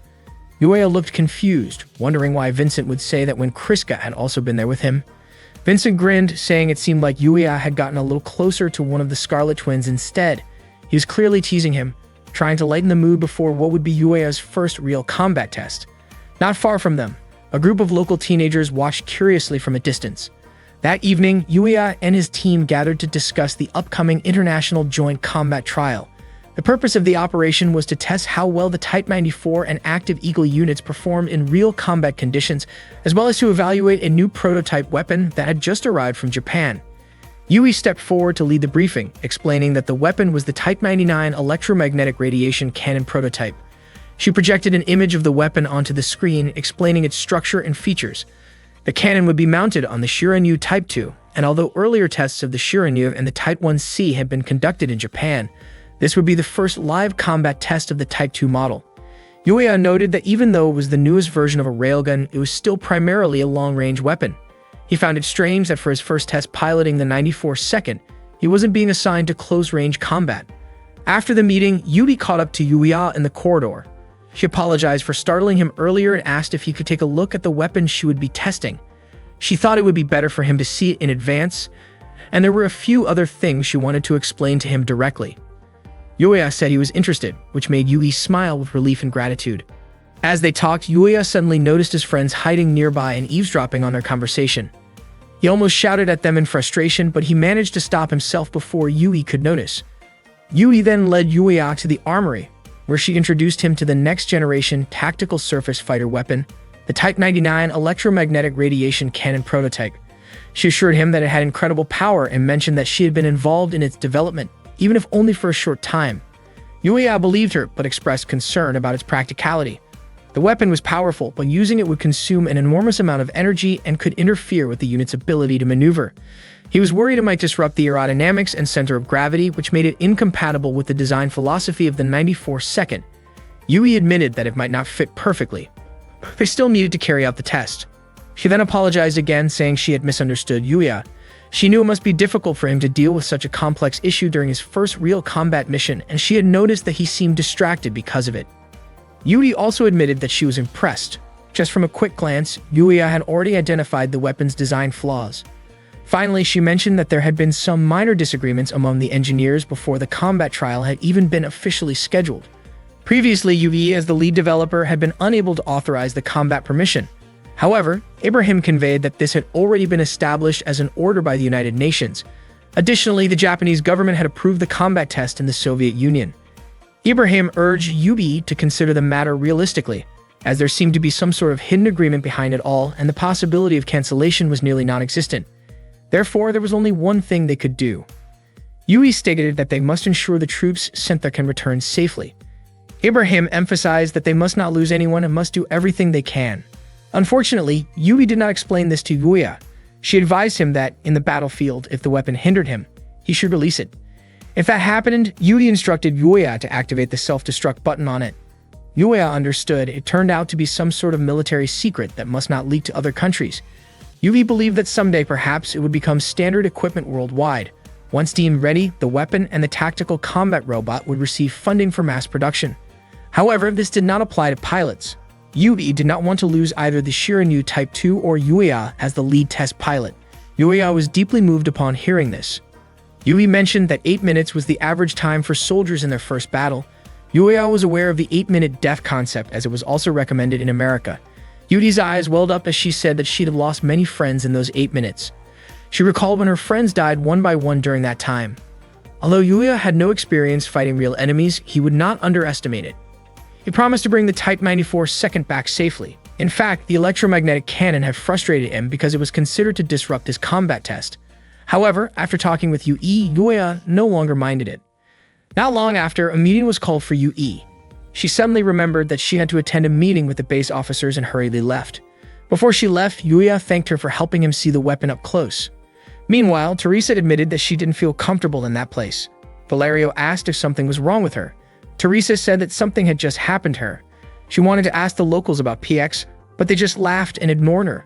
Valerio felt that they were just a nuisance to the locals, but that didn't mean they should be ignored. Stella said that, in reality, they were always ignored by the locals. They wouldn't even share information and no one was friendly. According to Valerio, if they looked at the history between the Soviet Union and Switzerland, it could be understood. Teresa felt that whether it was manpower, supplies, or anything else, nothing was sufficient. So it wasn't surprising if the locals didn't want to talk to people from the safe rear lines. Valerio teased Teresa, saying that she suddenly became so sympathetic. Teresa emphasized that she said that only because she understood how it felt to be on the front lines. Teresa wondered if Yuya was okay. She hoped he wouldn't encounter anything strange. Stella teased Teresa for being so concerned about Yuya and asked if she liked him. Teresa was so surprised that she started coughing. Meanwhile, it seemed Yuya was lost trying to find their barracks. Not long after, he found Misha, Inia's teddy bear. Yuya picked it up. Shortly after, he heard a commotion and immediately searched for the source of the noise. It turned out that Kriska and Inia were being harassed by the local Jar troops. Inia was terrified upon seeing the group of teenagers, but Kriska kept reassuring her. Kriska introduced herself as a member of the Soviet Strategic Research Unit, a test pilot from the Special Development Experimental Unit 331. The Jar troops referred to Kriska as an elite unit from the capital. Kriska was puzzled, as they should be comrades fighting for the same homeland. Instead, they mocked her and thought she was joking. Kriska was surprised. Weren't they both from the Soviet forces? Yet one of them called her just a Russian. One of the girls scolded her and said that Soviet wasn't the name of a country. They also brought up how many of the people who fled to Alaska were Russians, while people from Georgia and Kazakhstan, like the Jar troops, were treated like trash. They were angry and said that Kriska was just relaxing in the rear while they were fighting desperately on the front lines. Suddenly, Kriska's head started hurting and her body went weak. Inia panicked and called out to her. One of the young men grew frustrated. Even though Kriska had not been fighting, yet she had received such an advanced tactical battle robot. He kicked Kriska repeatedly, while Inia begged him to stop. The Jar forces tried to intimidate Inia, even attempting to harass her. Inia continued pleading, hoping Kriska could protect her, but Kriska was too weak to respond. The young man called Inia useless for being brought to the battlefield. Kriska insisted that Inia was far from useless. The young man then embraced Inia, and she could only scream for Kriska. At that moment, Yuya arrived, quickly intervened, and stopped him, handing a protective device to Inia. He then checked on Kriska to make sure she was alright. Kriska assured him she was fine and said her priority was protecting Inia. Yuya wondered why Inia had let the Jar forces trouble her in the first place. Yuya scolded them and asked which unit they belonged to. The youths, annoyed, showed the Wayne badge on their uniforms. It turned out they were pilots, even though they were still teenagers. One of them called Yuya a coward from Alaska. The teenager who had been hit earlier quickly stood up and brandished a knife. They all began surrounding Yuya, warning that this base was not like the rear-line bases. They tried to intimidate Yuya and Inia. Fortunately, their commander, Fikatsia, arrived with her aid and ordered them to return to their post and check their tactical battle robots. After the Jar forces left, Yuya wanted to thank Fikatsia, but she told him not to make trouble there and left with her aid. Yuya was left wondering about the strange behavior of the people in that place. The next day, the patrolling sharpshooters were surprised at how quiet the area was. Even the normally noisy birds were absent. Meanwhile, representatives from all PB units were gathered. Ibrahim presented satellite images taken earlier that morning. According to the Eastern Soviet forces, Group K would appear on the Okhotsk coast within 6 hours, which meant roughly 24 to 72 hours from that moment. Various Betha groups located on the seabed would also begin to emerge. Their plan was to follow the Soviet forces to prevent the Betha from advancing and carry out their first combat tests there. Teresa was eagerly anticipating the event, while Valerio felt queasy from the food and wanted to spend time elsewhere. Stella reminded everyone not to let their guard down. Ibrahim explained that the Argos test unit would pair up with pilots from the Eastern Soviet forces, the Jar unit. He then introduced the Jar commander, revealing that Fikatsia was in charge of the Jar unit. Fikatsia introduced herself as the commander of the Jar battalion and explained that she would guide everyone to the training grounds. It was August 8, 2001.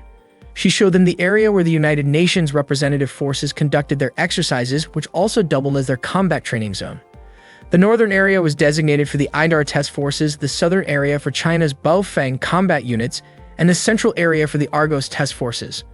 Valerio was pleased to be positioned in the center, and Teresa commented that this gave them enough space to maneuver. Stella pointed out that if any gaps appeared in their formation, they could be surrounded. And with a mountain behind their line, their position was strategically safer compared to the northern and southern sectors. Fikatsia added that they were fortunate because, during this intense operation, they had the opportunity to train freely. Yuya acknowledged that it was a great chance for him. Fikatsia went on to explain the steps they would take during combat exercises. Yuya was full of energy, thinking that to master tactical combat robots, he had to experience combat firsthand. That was the key to becoming an exceptional pilot, just like the others. At that moment, he noticed that Kriska was not present. When Fiketsia mentioned allowing the Betha to enter so that the test forces could train, the Jar teenagers laughed. Fiketsia reminded them not to interfere with the exercises. Yuya wondered if Yui felt worried since he had never experienced combat before. Frank mentioned to Ibrahim that with so many experienced pilots participating, it could gather valuable data, but Ibrahim warned that they would be facing real challenges. Later, Yuya and Vincent headed toward Nokvoski, which was right at the front lines. Vincent asked if Yuya remembered the electromagnetic radiation cannon. Yuya's mind, however, drifted to Kriska and Enia, thinking about how they never followed instructions and hoping that past incidents would not repeat. He admitted feeling concerned. Vincent reassured Yuya not to worry about his tactical combat robot and reminded him that what mattered most was demonstrating his abilities to the Betha. Unexpectedly, Yuya mentioned the Scarlet Twin, which surprised Vincent and made him break suddenly.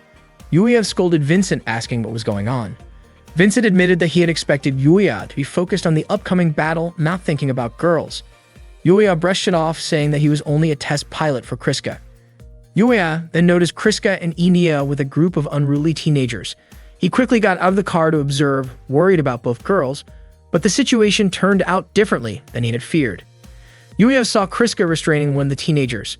She would have let him go if he acknowledged her as a friend, but the teenager refused. They were surprised to see Kriska acting so differently from her usual timid self. The teenagers shouted in discomfort, and they worried that Kriska might cause serious harm. Kriska calmly explained that the frontline medical care was quick, and that with proper rest, injuries could heal within 10 days. She released the teenager and warned him not to approach Enia again. Another teenager brandished a knife at Kriska, prompting Yuya to shout for them to stop. The teenagers, intimidated, chose to leave. Enia smiled and walked over to Yuya. He asked if she was okay, and she reassured him that she was fine with Kriska by her side. Kriska reminded Yuya that she did not need his help and could handle the situation herself. Yuya suggested that she be more careful, as the teenagers might return with more people, fearing a repeat of past incidents. Kriska appeared confused by his concern. Yuya wondered if she remembered what had happened before. Kriska commented that since Yuya would be at the front lines, he should wait for the right moment to step back. Yuya was frustrated, wondering why Kriska would tell him to retreat. Kriska explained that she did not want to see Yuya's bloodstains soil their homeland. Her words deeply affected him. Afterward, Kriska and Enia left. The battle was about to begin, and each squad was taking their assigned positions. Every unit was instructed to prepare, with the Argos squad launching after the Idar and Baofeng units. The command post instructed the Argus squad to get ready for deployment immediately. Yuya hoped that his tactical combat robot would cooperate well during the mission. Suddenly, Teresa contacted Yuya, simply checking to make sure he was doing okay. Yuya asked if she was genuinely worried about him. Teresa quickly brushed it off. Stella reminded her that expressing emotions before a joint mission often brought bad luck, and Valerio suggested that Teresa save those feelings until after the mission. At that moment, no enemies had been detected by the warning system. Yuya was concerned about whether Kriska and the others in Zone 1 would be alright. He also wondered why so many things were clouding his mind. Suddenly, the teenage members of the Jar squad laughed mockingly at the other units, making fun of those preparing for their first battle. They were confident that these inexperienced soldiers would not survive the so-called 8-minute death. Yuya deliberately remarked that his comfortable seat made him sleepy and that he would take it easy since it was his first battle. One of the Jar teenagers was clearly annoyed by his response. An alert suddenly announced that Betha units were 4,000 meters ahead. The naval fleet readied their cannons to fire in 37 seconds. Yuya looked visibly panicked. Teresa urged him to stay calm, while Valerio was surprised to see that countdowns always made Yuya nervous, and Stella also tried to reassure him.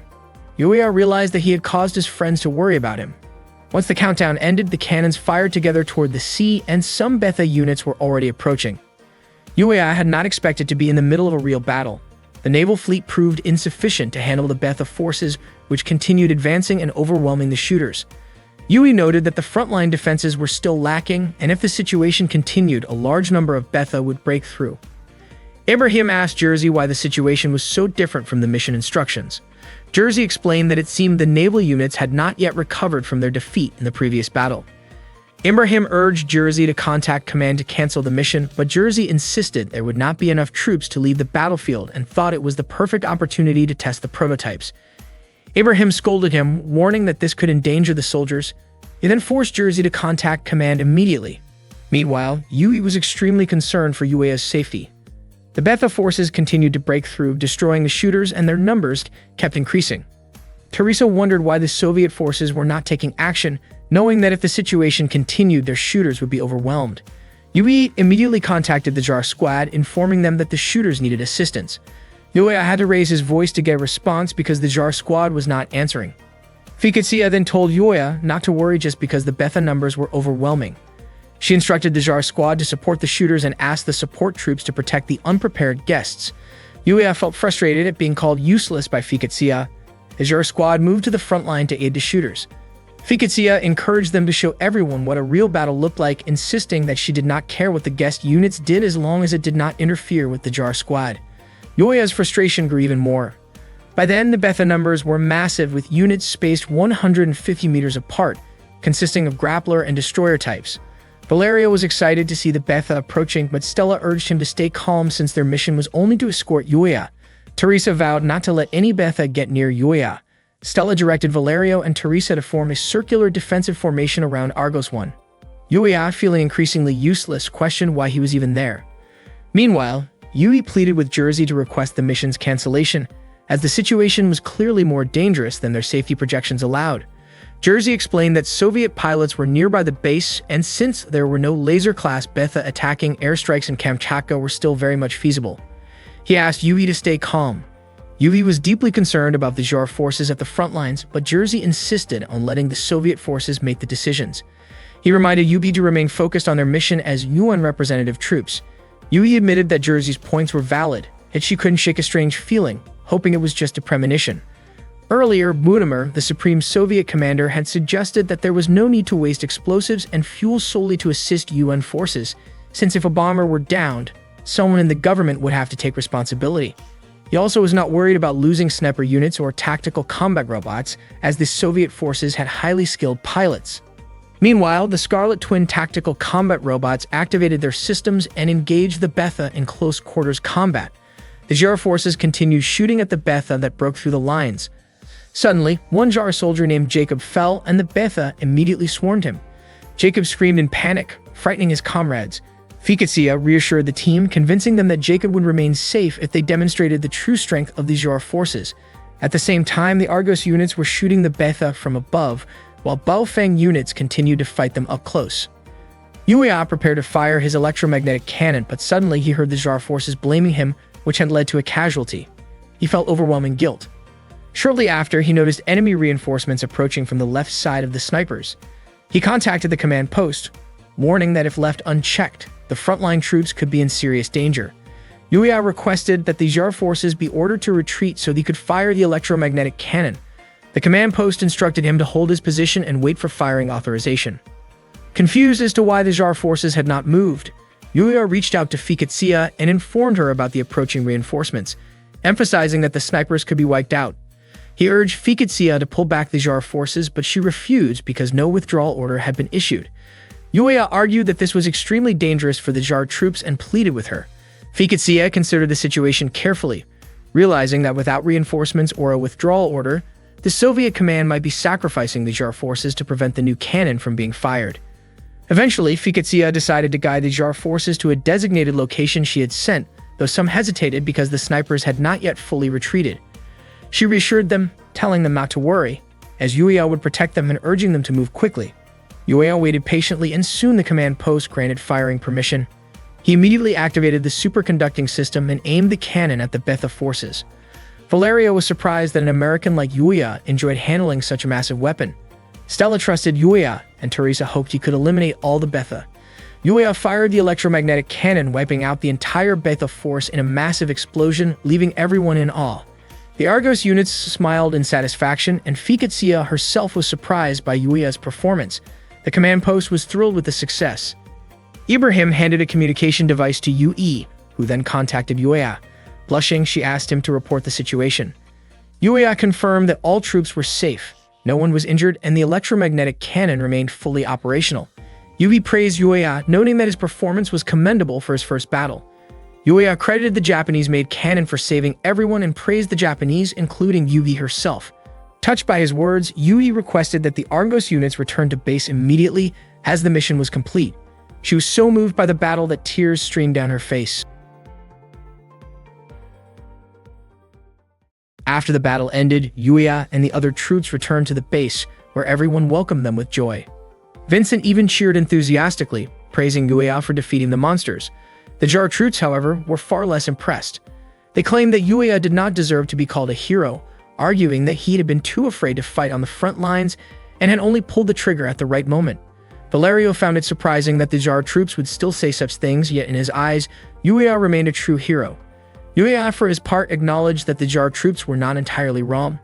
That evening, all the troops held a celebratory noodle party to honor their new hero, including the tactical combat robot Shiranyu Mk2 and the experimental Type 99 electromagnetic cannon. Teresa proudly recounted to everyone how Yuya had fired the cannon at the Betha, and everyone was impressed by how skillfully he had done it. While Yuya was observing his tactical combat robot, Vincent and Yubi approached him, puzzled as to why he was standing there instead of during the victory celebration. Yuya explained that the highlight of the party was just the free drinks provided by the Soviets, which had already entertained everyone enough. Vincent insisted that it was all thanks to Yuya, but Yuya humbly disagreed, saying that he had only pulled the trigger at the right time.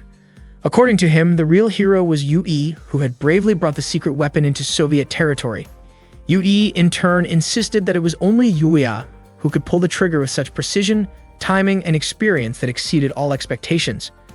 Yui was surprised by Yuya's modesty. Yuya then asked her permission to train without using the weapon, expressing his desire to participate in close-range combat testing. Vincent was confused by Yuya's sudden request. Yuya explained that the exercise's original goal was only to test the Type 99 cannon, but to make Shiranyu the most effective tactical combat robot, he needed to experience close-range combat. That way, if a Betha appeared while the Type 99 cannon was under repair, they would already have a plan for close-range combat. Vincent noted that changing the testing schedule would not be easy and wondered why Yuya was in such a hurry. Yuya countered that Betha appearances were unpredictable and urged them to seize the opportunity. Vincent reminded him that test pilots were supposed to follow orders from their superiors, so Yuya could not simply offer his own request. Yuya insisted that his duty was to make the Type 94 second tactical combat robot perform at its best, and that Shiranyu needed close-range combat training. He admitted that he had felt something he had never experienced before while fighting Yui's Type 00. He felt as if Shiranyu moved like an extension of his own body, exactly how he wanted, and the only way to feel that again was to engage in real combat. Yuya explained that he could only achieve this state when his life was truly in danger, and he was under extreme pressure. He even pleaded with Yubi to allow him the opportunity. Yuya wanted to make Shiranyu a new model of Japanese tactical combat robot, and if he missed this chance, it would remain just an ordinary robot, potentially endangering many pilots, a thought he could not accept. Yubi understood Yuya's determination and spirit, but changing the schedule was difficult. However, because the request came from the lead test pilot, she promised to do her best. Yuya's face lit up with joy and he thanked Yui sincerely. Seeing Yuya smile, Yui blushed and said that she had done it as a reward for his efforts in battle. She instructed Yuya to remain on standby at the base for the next 36 hours, starting the following day, and told him to rest before the upcoming training. Vincent, observing all this, could not believe that Yuya could actually ask someone else for help. He wondered whether it was Shiranyu that had changed Yuya or perhaps something else entirely. In any case, Vincent thought that Yui's kindness had turned out to be a double-edged sword for him. The next day, Yuya was on duty, standing guard at the base. Despite being a frontline soldier, he felt bored, sensing that his time was being wasted. Soon, Fiketsuya approached him. Yuya immediately stood up and saluted her. Fiketsuya mentioned that thanks to Yuya, they had enjoyed quite a bit of vodka the previous night, and she wanted to express her gratitude. Yuya felt he had done nothing to deserve thanks, so it was unnecessary. Fiketsuya remarked that Yuya was being too modest, pointing out that killing over 300,000 enemies in his first battle was a world record. Yuya felt honored that Fiketsuya had taken the time to tease him in this way. She then said that while Yuya was a brave pilot, his immature attitude sometimes prevented him from seeing the bigger picture. Yuya could not accept this criticism. Fiketsuya insisted that Yuya could not fight solely for himself and that many people could be at risk if he did not start seeing things differently. After saying this, she left and Yuya began reflecting on her words. He realized that Fiketsuya was right. He struggled to perceive the broader perspective. Yet he wondered about Fiketsuya herself. If she had assisted the sharpshooter troops earlier, he might not have become a hero. He also did not understand why she had delayed, realizing that even Fiketsuya had blind spots in her own way. According to Fiketsuya, there was no real difference between them. She questioned what Yuya was truly fighting against, explaining that when he blamed others for mistakes, he was only convincing himself, not others. If people around him trusted him, they would have been deceiving him. Fiketsia advised Yuya to distance himself from people who could not see the truth clearly. Yuya resisted her words, but she encouraged him to decide what he must let go of if he could not have everything. This, she explained, was the essence of battle. Yuya finally understood that Fiketsia's stance indicated that it was not wrong to make sacrifices, and that was why the Jar forces did not feel guilty about certain actions toward fellow citizens. Fiketsia explained that Kriska and Enia were part of the Central Strategic Research Unit, an elite group of Russian troops. She added that the frontline soldiers were from countries under Russian control, which made it understandable that the Jar forces resented the privileged troops. Noticing Yuya's surprise, Fiketsia asked if racial discrimination did not exist in America. Her question reminded Yuya of his own childhood experiences of discrimination. Shortly after, Tasha arrived and Fiketsia excused herself. In Fiketsia's room, Tasha asked what had been discussed with Yuya and why Fiketsia seemed unusually kind toward him. Even though the rest of the troops were uneasy, Tasha reminded her that Yuya was an outsider with no connection to them. She also expressed how much her family meant to her and how sad she felt. Fiketsia embraced Tasha, who began to cry, pleading for Fiketsia not to leave her or their troops. Fiketsia reassured Tasha that she would stay for the sake of their forces. Tasha, overwhelmed with emotion, hugged Fiketsia even tighter. Meanwhile, the Imperial Japanese Technology Department was discussing the Type 99 electromagnetic cannon, which had successfully defeated many Betha forces. They praised the weapon's power, confident that it would make overcoming the Betha easy and allow them to take control of Sadagashima effortlessly. They also asked IG what would happen if the Empire's secrets were stolen. IG realized that UE's mission to bring the secret weapon to the Soviet Union was not something trivial. He resolved to always support her, confident that UE would bring hope and light to the Imperial forces in the future. Meanwhile, UE was still thinking about Yuya's request. She realized that, in the end, she had brought Japan's secret weapon only to counter Yuya. Yuri understood that this would draw the attention of the Soviets, yet she still wondered if she was making the right choice. Not long after, an alert about the appearance of Betha was issued. Unfortunately, Yubi forbade the Argo squad from launching. Upon hearing this, Yuya was naturally displeased with her decision. Ibrahim reprimanded him for speaking out of turn. Yui explained that at that time, Type 99 was inactive, and she did not know why. Even the main computers and all control systems were down, and the cause was still unknown. The Imperial Department had decided to send someone familiar with the system, so preparations were being made to send encrypted data to Japan. Essentially, they did not know when they could go online. Frank asked why, if they could not test Type 99, they did not simply speed up the testing plans for other operations, such as close combat drills. Ibrahim agreed with the suggestion. Frank argued that the company could test Active's close combat abilities, and even with Type 94 second, he was confident that there would be no issues trying it on tactical combat robots. Hearing this, Yuya tried to voice his objection, but Ibrahim once again reprimanded him. Jersey suggested using Type 94 purely as a pursuer, and Frank agreed, considering the number of troops participating in the training. He also asked for Type 94 second to be prepared immediately. Ibrahim reminded everyone that Type 94 second was still being configured. Jersey noted that there was no guarantee that the Betha reaching land would be numerous, and he believed allowing Yuya into the battlefield would benefit his development. Frank even mentioned that if it was indeed deployed with the troops, it would not need to be reset, making it a potential solution for the problems they faced. Yuya was confident he would get the chance. Yui agreed that if they insisted on using Type 94 as the pursuer, she would be the pilot. For some reason, Valerio thought it seemed that Yubi did not want Yuya to launch, possibly because he lacked combat experience. Teresa expressed her objection, requesting that Yudi allow Yuya to act according to his wishes, arguing that pilots could only truly develop on the battlefield. She reminded Yudi that she too wanted Yuya to gain combat experience. Teresa even offered to pilot Type 94 while Yuya would operate Active. She reassured everyone that she would protect Yuya, and Valerio was willing to help. Yuya reflected on what he should say after hearing his friend's statements. Yuya remembered Fiketsia's advice: if he could not have everything, he needed to decide what to let go. Unexpectedly, he handed Type 94 second over to UE, reasoning that their priority was collecting close combat data for that model. Frank laughed, regretting Yuya's decision, as he believed the test pilot should not give up easily. Frank insisted that all Argos troops should launch, as their goal was to collect close combat data on Active, and they would not change the pilot. Yuya appeared reluctant, but Jersey reminded him that Frank was no longer asking politely but issuing orders. Ibrahim reluctantly complied. Yudi appeared deeply worried. Meanwhile, Teresa was questioning the Jar forces individually about their love for their homeland and their shared goal of defeating the Betha.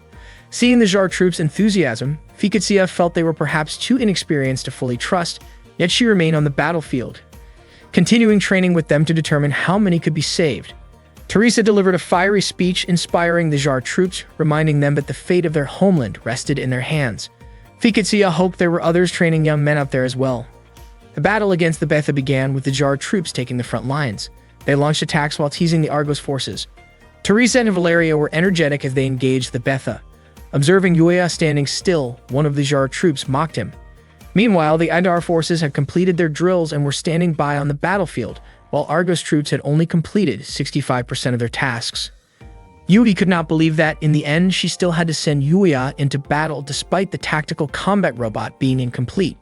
She had even gone so far as to take Imperial secrets and risk the pilot's confidence, and she felt fully responsible for it. Ibrahim told Yui that the battle seemed to be proceeding smoothly and suggested she focus on her duties while he oversaw the engagement. Yui promptly excused herself and handed everything over to Ibrahim. The battle was completed without much difficulty and the Betha forces were wiped out. However, shortly after, an alert indicated a massive tremor. The command post informed Yui that Betha forces had emerged from underground. The numbers were substantial and they were 13 kilometers southwest of the base. Yui was shocked by the tremors and soon after, a massive explosion was heard. After defeating the Betha, a sudden tremor was felt from deep underground. It turned out there were Betha forces emerging from below the surface. The shaking grew stronger and no one could determine their numbers or the types of units involved. Up to that moment, there were still no signs of any laser-class Betha. Not long after, the communication channel was cut off. Yui couldn't understand why that had happened. At the same time, the Baofeng unit had just finished their mission. But soon after, an alert code 991 appeared. A large number of Betha were detected moving toward the battlefield. One of the Baofeng troops tried to contact the command post, but there was no response at all. They began to suspect that the base might have been taken out.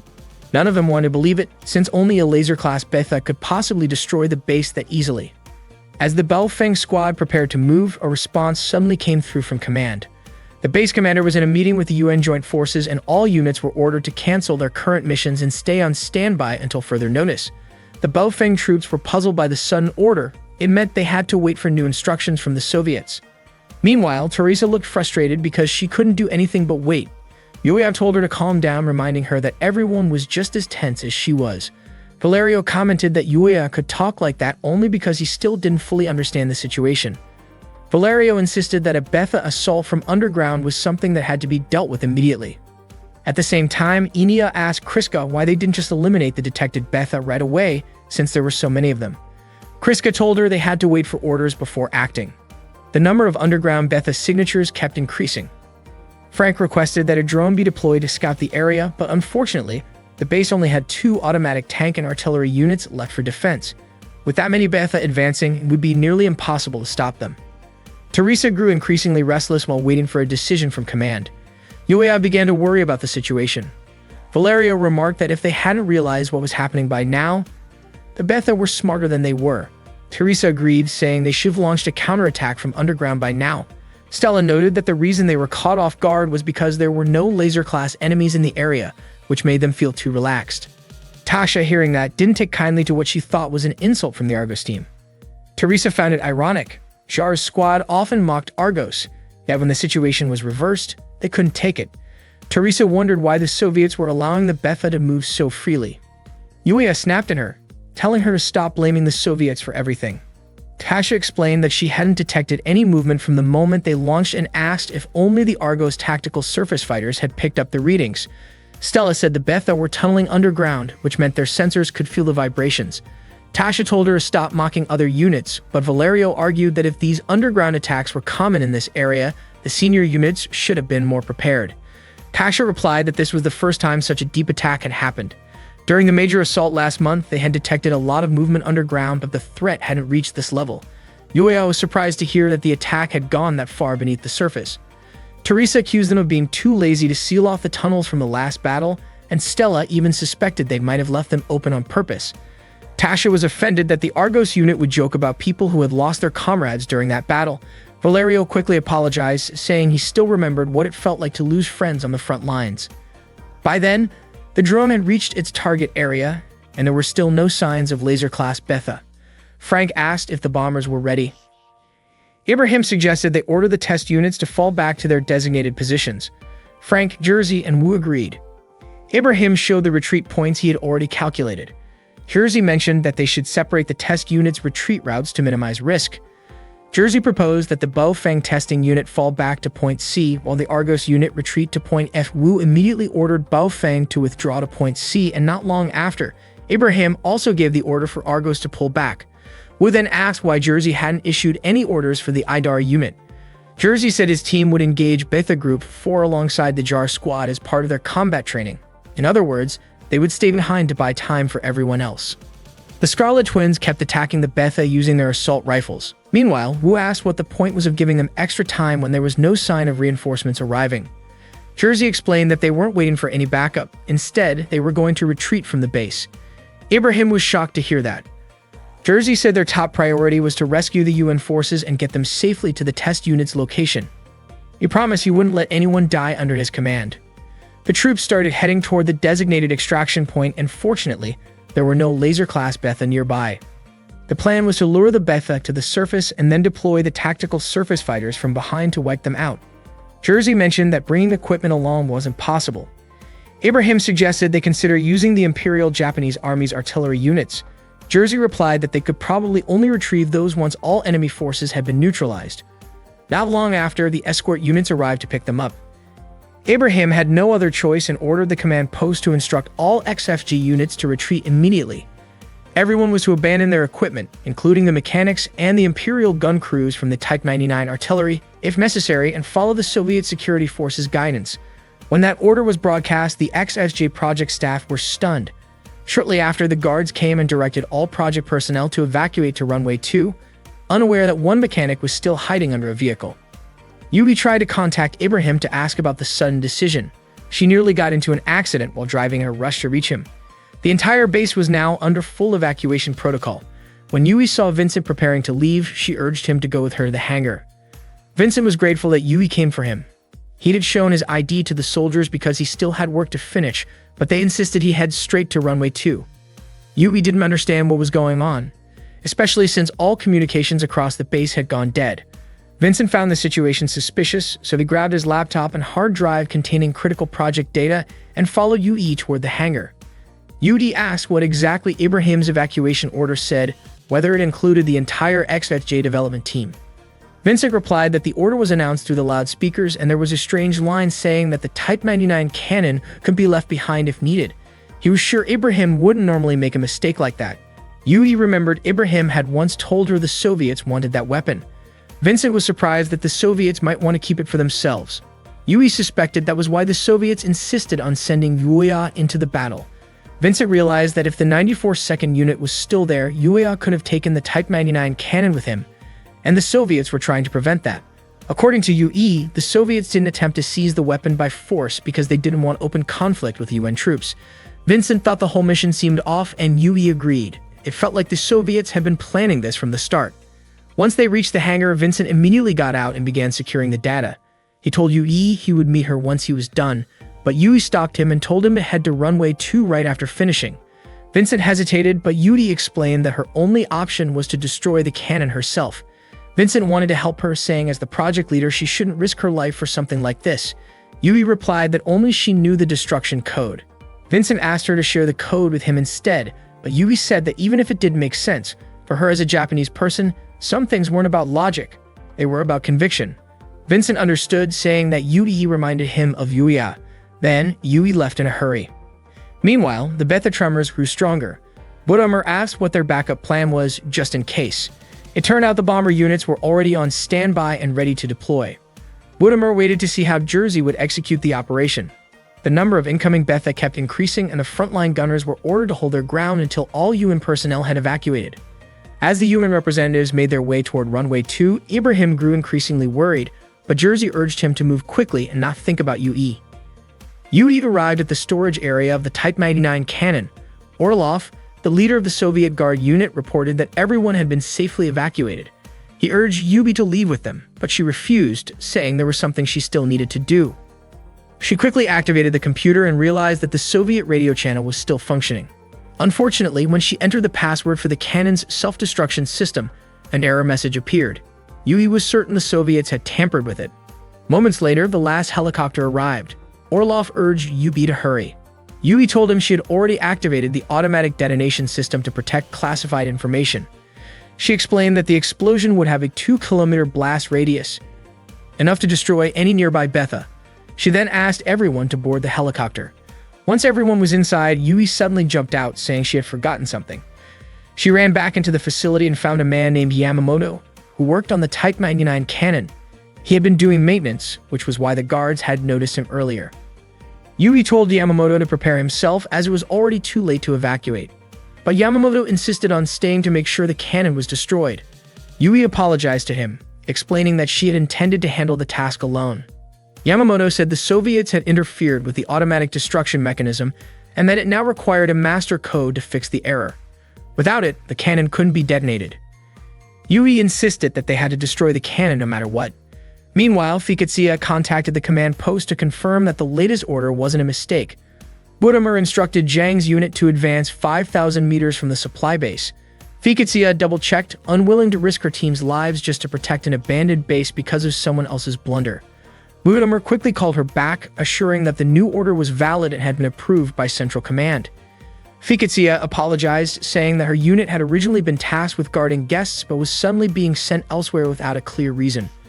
Budamer told her to return to the underground area, the same one from last month, praising how well she had handled that previous assault. Fiketsia replied that it seemed Budamer hadn't learned from the mistakes of last time, asking why the massive tunnel from the last battle hadn't been sealed off if the damage had been that severe.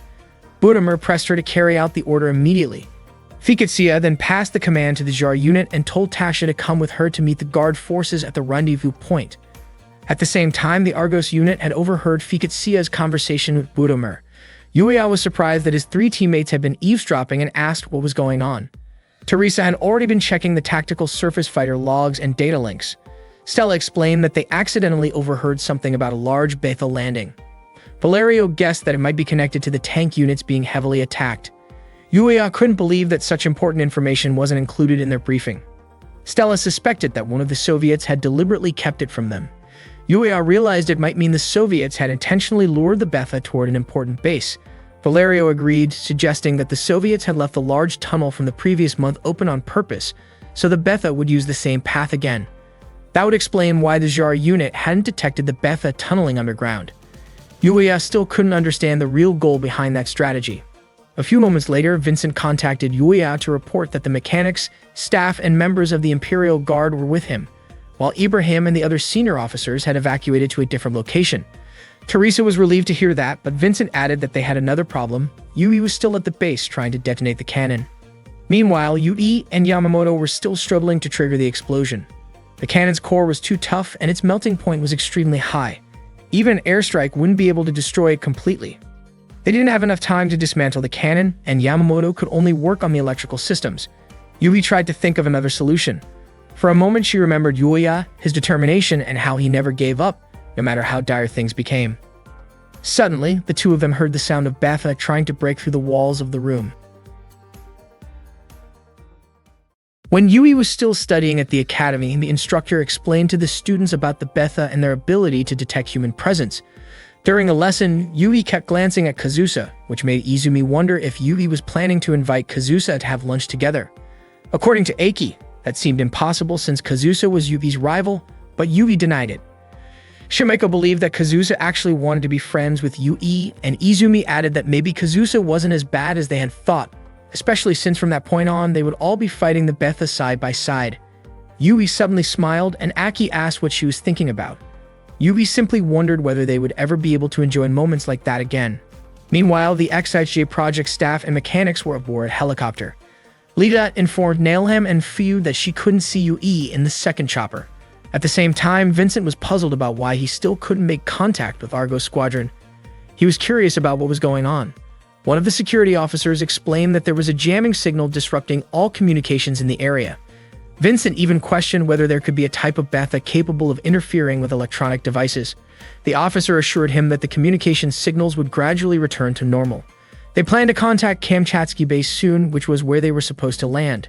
Vincent suspected that the signal interference came from the front lines, if not directly caused by the Betha. Still, he couldn't stop wondering what was really happening. At the same time, inside the forward logistics base in Hangar 18, several explosions echoed through the area as Yui and Yamamoto tried to destroy the Type 99 cannon. Their efforts had not succeeded, and Yui kept thinking about it. Suddenly, her mind drifted to someone who never gave up no matter how tough the situation was, Yuya. She wondered why she would think of Yuya at a time like that. Suddenly, a Betha burst into the Type 99 cannon room, shocking Yui and triggering memories of the past when those creatures had devoured all her comrades. The Betha lunged toward her, forcing Yui to run. The creature slammed into the vehicle driven by Yamamoto, who instinctively hit the gas pedal to try to trap it. However, the Betha's strength was overwhelming. It easily crushed the vehicle and nearly reached Yamamoto. Acting quickly, Yui fired her weapon, and after several rounds, she finally managed to take down the creature. Yamamoto climbed out of the vehicle and thanked Yui for saving him. The one they had just defeated was a 10-class Betha, which meant it was only a matter of time before more arrived. Yui quickly sealed the doors and windows, instructing Yamamoto to use a new rifle since the previous one was already out of ammo. Yamamoto pointed out that the new rifle would be useless against 10-class BTAs. Yui told him that they might need to use it against something other than Betha and reminded him not to hesitate when the mission was over. Yamamoto looked concerned about Yui, but she told him she wouldn't let the Soviet forces capture her before the mission was complete. The explosives had already been set up by Yamamoto, and Yui urged him to help open the cannon's core shield. Yamamoto asked what she was planning to do, and Yui explained that the Betha's primary target was the fusion between human artificial intelligence and computer technology. Her goal was to lure the Betha into destroying the prototype radiation cannon's core itself. As the Betha forces drew closer, Yui and Yamamoto struggled to unlock the cannon's protective shield, but it didn't seem to work. Yamamoto noted that the weapon security system was much tighter than anything he had dealt with before, and those parts weren't meant to be removed during routine maintenance. It was a kind of defense system designed by the renowned Yokohama company, and tampering with it carelessly could ruin the mechanism. Still, Yui trusted him to handle it. Yamamoto said that everyone gets one chance in life, so he wanted to take on this challenge. He had offered to lure the Betha toward the weapon's core himself, but Yui refused. Yamamoto objected, pointing out that the military usually prioritized the survival of officers. Yui firmly told him to stay on task. She admitted that even though she was part of the UN forces, she was still a soldier of the Imperial Guard, whose duty was to lead and set an example, whether it seemed rational or not. It was simply the responsibility she had been born into. Yamamoto then said that, as a man, he wished to protect a woman, even if it cost him his life. He apologized to Yui for what he felt had been an insult to the Imperial military. Yui asked him to continue working while she kept watch at the front. Just then, the sound of heavy noise came from below the room. Meanwhile, the security unit stationed at the front line of the logistics base reported that a disturbance had occurred. Communication had been completely cut off, and the Betha Unit 7 forces had already entered the base area. Jersey mentioned that the main base formation had been neutralized. Woodomer also explained that the strange communication interference combined with the Betha assault made the battlefield a terrifying place for him. Still, the base played a crucial role in supporting the Kamchatka defense line, helping minimize overall damage. Woodomer then asked about the Tsar unit. At that time, Tsar's forces were on their way to the logistics base and were just about to reach the affected area. Rogosti refused to make contact, believing they were capable of protecting the supply base on their own and retrieving any remaining materials. It turned out that this had been the Soviet team's plan all along. By that point, the Betha had surrounded Hangar 18. Yui watched from inside, standing by and preparing herself. She knew she had to act quickly so that her death wouldn't be meaningless. Her thoughts drifted to Yamamoto's final request for her to protect him before he died. Yui had never imagined she would still be treated differently, simply because she was a woman. Yamamoto had carried out his duty, but then he heard something unusual. When Yui asked what was happening, Yamamoto moved to check it out. Moments later, the Betha suddenly broke through right in front of Yui. She immediately took a defensive position, ready to fire. Meanwhile, Yamamoto followed the strange noise to the lower level to assess the situation. He didn't find anything at first, but the sound became louder. Without warning, the floor beneath him collapsed, and he fell, getting caught by a hanging cable. Soon after, he spotted a swarm of Betha moving through the underground passage. Panic took over as he tried to climb back up and open fire on them, but they were incredibly difficult to stop. In his struggle to evade the creatures, he unknowingly backed into one approaching from behind. At the same time, Yui successfully stopped the Betha that had entered through the front door. A few moments later, she heard Yamamoto screaming and rushed to help. Yamamoto was desperately trying to fend off the approaching Betha. Seeing Yui, he pleaded for assistance, but his ammunition had already run out and the creatures were closing in. Filled with fear and pain, he urged her to run. Hearing his agonized cries reminded Yui of the moment when Kazusa was taken by the Betha. Realizing what awaited him, Yui made the heartbreaking decision to end Yamamoto's suffering before the creatures could reach him. Overwhelmed by exhaustion and sorrow, Yui watched as the Betha overran the area. On the monitor, she noticed that Yamamoto had managed to open the cannon's core shield before his death. She acknowledged that he had fulfilled his duty with honor. Yui then fired at the incoming Betha and triggered the explosives that Yamamoto had prepared. The base erupted into a massive explosion, but a tank-class Betha emerged from the flames, forcing its way through the debris. Yui told herself that she would not repeat the same mistakes again. She refused to run away from her decisions and was ready to accept whatever came next. As the Betha swarmed toward the core, Yui attempted to climb into the Type 99 cannon system. However, the violent tremors from the approaching enemies caused her to lose balance and fall, injuring her arm with sharp fragments. Surrounded and unable to continue, she felt a wave of resignation. She apologized to everyone for failing them, holding tightly to her father's old watch, and whispered an apology for not being able to complete her mission. In her final thoughts, she remembered Yuya. Suddenly, a tactical surface fighter appeared and began firing at the Betha surrounding her.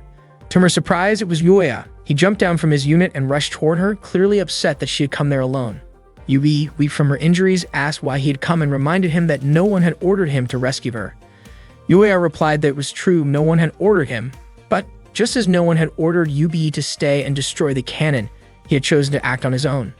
Seeing the pain on her face, Yuya told her she was pushing herself too hard. Yui tried to tell him not to worry, but he reminded her that she once said people were more important than equipment. He accused her of going against her own words. Yui quietly insisted that she hadn't lied. Yuya couldn't understand what had driven her to take such a dangerous risk, but he knew one thing for sure. He had been taught never to leave anyone behind, and that was why he refused to leave her there. Carefully, Yuya began to tend to the wound on Yui's arm. At that moment, Stella was watching the two of them from above. She noticed several Betha approaching and immediately opened fire. She hadn't expected more of them to keep appearing. If that continued, she would just waste fuel and ammunition, so Stella decided to detonate the remaining fuel to take out as many Betha as possible in one go. After the explosion, Yuya contacted her, asking what she had just done. Stella casually replied that she was just lighting a campfire, then asked how Yui was doing. Yuya said Yui was with him and that he was giving her first aid for her injuries. Stella told him to hurry since the enemy's main forces were almost there. Yuya replied that they would leave in 15 minutes, just as planned. He mentioned that their communication system was badly disrupted, even though radio signals should still work fine during a storm. Stella explained that their communication link only worked at close range. She guessed the Soviets had left the site in a hurry, probably leaving some technical problems behind. While Yuya continued his work, Stella kept watch from above. Yuya asked Yui to hold still despite the pain as he pulled a piece of debris from her arm. Yui winced in pain, but before long he managed to remove it. He then cleaned the wound with antiseptic and wrapped it with a bandage. Yuya couldn't help but be impressed by how strong Yui was. Yui asked if Yuya had brought the whole team with him. He told her he was only with Stella because the active units had burned too much fuel during training, so they had only been able to supply weapons and whatever ammunition was left. Yuya found it strange since they were supposed to be the pursuit unit, while the 94 Second and Strike teams were fully equipped. Meanwhile, Teresa asked Valerio whether Yuya had managed to find Yui safely. Valerio wasn't sure. He couldn't reach Yuya at all. He suspected the communication jamming was deliberate, likely by the Soviets, and that it might be related to why they hadn't sealed the Betha hole a month earlier. Teresa suggested they go after Yuya since they didn't know what condition he was in, but Valerio pointed out they didn't have enough fuel to make it all the way to Kankatsky. Teresa grew frustrated, saying they should have brought extra fuel. Valerio told her to trust Stella. He was sure she could handle things. Still, even though he said that, Valerio couldn't shake his uneasy feeling. Yuya had just finished wrapping Yui's wound when he told her they needed to take action before the Betha arrived. Yui asked what he planned to do. Yuya said he was going to move the cannon. He told her not to worry. He promised before that he wouldn't abandon it. If they could use that weapon, they could wipe out all the Betha in the area, but it was already too late for that. The arm lock on the cannon had come loose, so Yuya and Stella were supposed to carry it out. Yui, however, refused. She didn't want to let the Type 99 cannon remain active and risk becoming a dangerous threat. Her plan was to destroy the Type 99 prototype radiation cannon completely. At that same time, Stella noticed something strange. Every Betha was heading straight for the hangar. Different classes of Betha were converging from all directions toward the hangar where the cannon was located.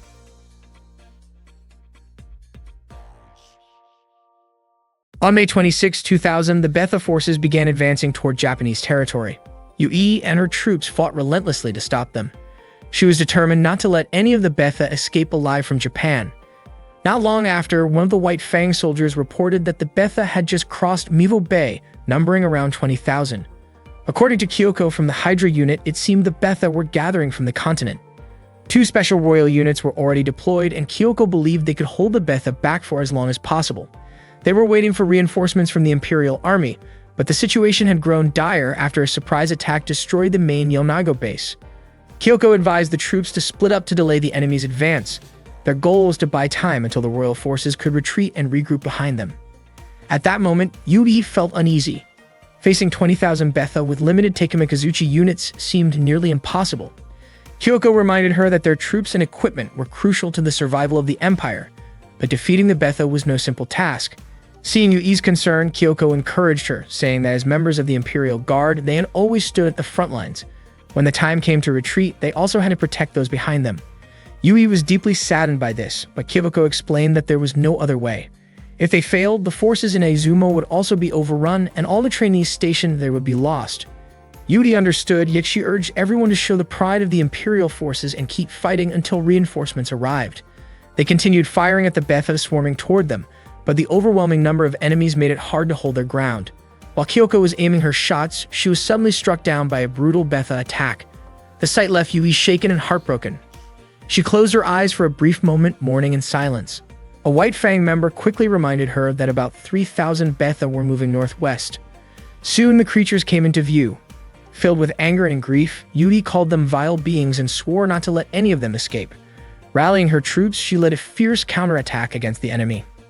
Later, after Yui's arm had been bandaged, she told Yuya that her real plan was to destroy the Type 99 prototype radiation cannon on site. Stella couldn't understand why all the Betha were gathering around the Type 99 cannon's location. Various classes of Betha began advancing toward the hangar where the cannon was stored. Yui entered her tactical surface fighter and instructed Yuya to aim for the cannon's core module located between the trigger guard and the cooling unit. Yuya asked if she was sure about that plan. Yui told him not to question it, and Yuya nodded even though he had promised to return safely with both the 94th unit and the Type 99 cannon intact. When Yuya fired, the shot missed slightly, only damaging part of the cannon's core. He then retrieved the remaining piece and asked Yui if she still intended to abandon it despite its smaller size. Yui began to suspect that Yuya had done it intentionally. She couldn't believe he would miss a shot from such close range. Yuya admitted with a smile that it was his gift to her for everything she had endured. He asked her to start calling him by his first name instead of his family name. Yui blushed, surprised that he knew she had already said his name earlier. It turned out that Yuya's microphone had an external pickup, so he had heard her when she spoke softly to herself, relieved that he was still alive. Yui's face turned bright red from embarrassment. Yuya told her she could call him by his name if she wanted to. He acknowledged her skill and courage, saying they had gone through a lot together. To him, using first names wasn't strange at all. They were teammates who shared the same goal. Not long after, Stella urgently reported that the Betha were approaching their position. Meanwhile, at the logistics base, the troops were shocked to see the Betha changing their attack pattern. They suspected something there had drawn the enemy's attention. The formation was new, one that didn't exist in the database. All the Betha were heading toward Base D04 in the hangar area. At that moment, Jersey told Budamur that he doubted the Jar unit could handle the situation alone and insisted they send reinforcements. He also received word that one of the Imperial soldiers was still there, accompanied by 2 XFJ tactical surface fighters trying to rescue her. Jersey believed the test unit should retrieve both the soldier and the cannon. However, Budamur ordered instead that the bomber squad prepare to eliminate both the Betha and the base, leaving nothing behind. Jersey objected, pointing out that doing so would mean losing the cannon as well. Budamur replied that Jersey's plan had already failed and warned him to let it go, otherwise his ambition could cost him his life. Jersey protested, asking if all their sacrifices for this mission would be for nothing.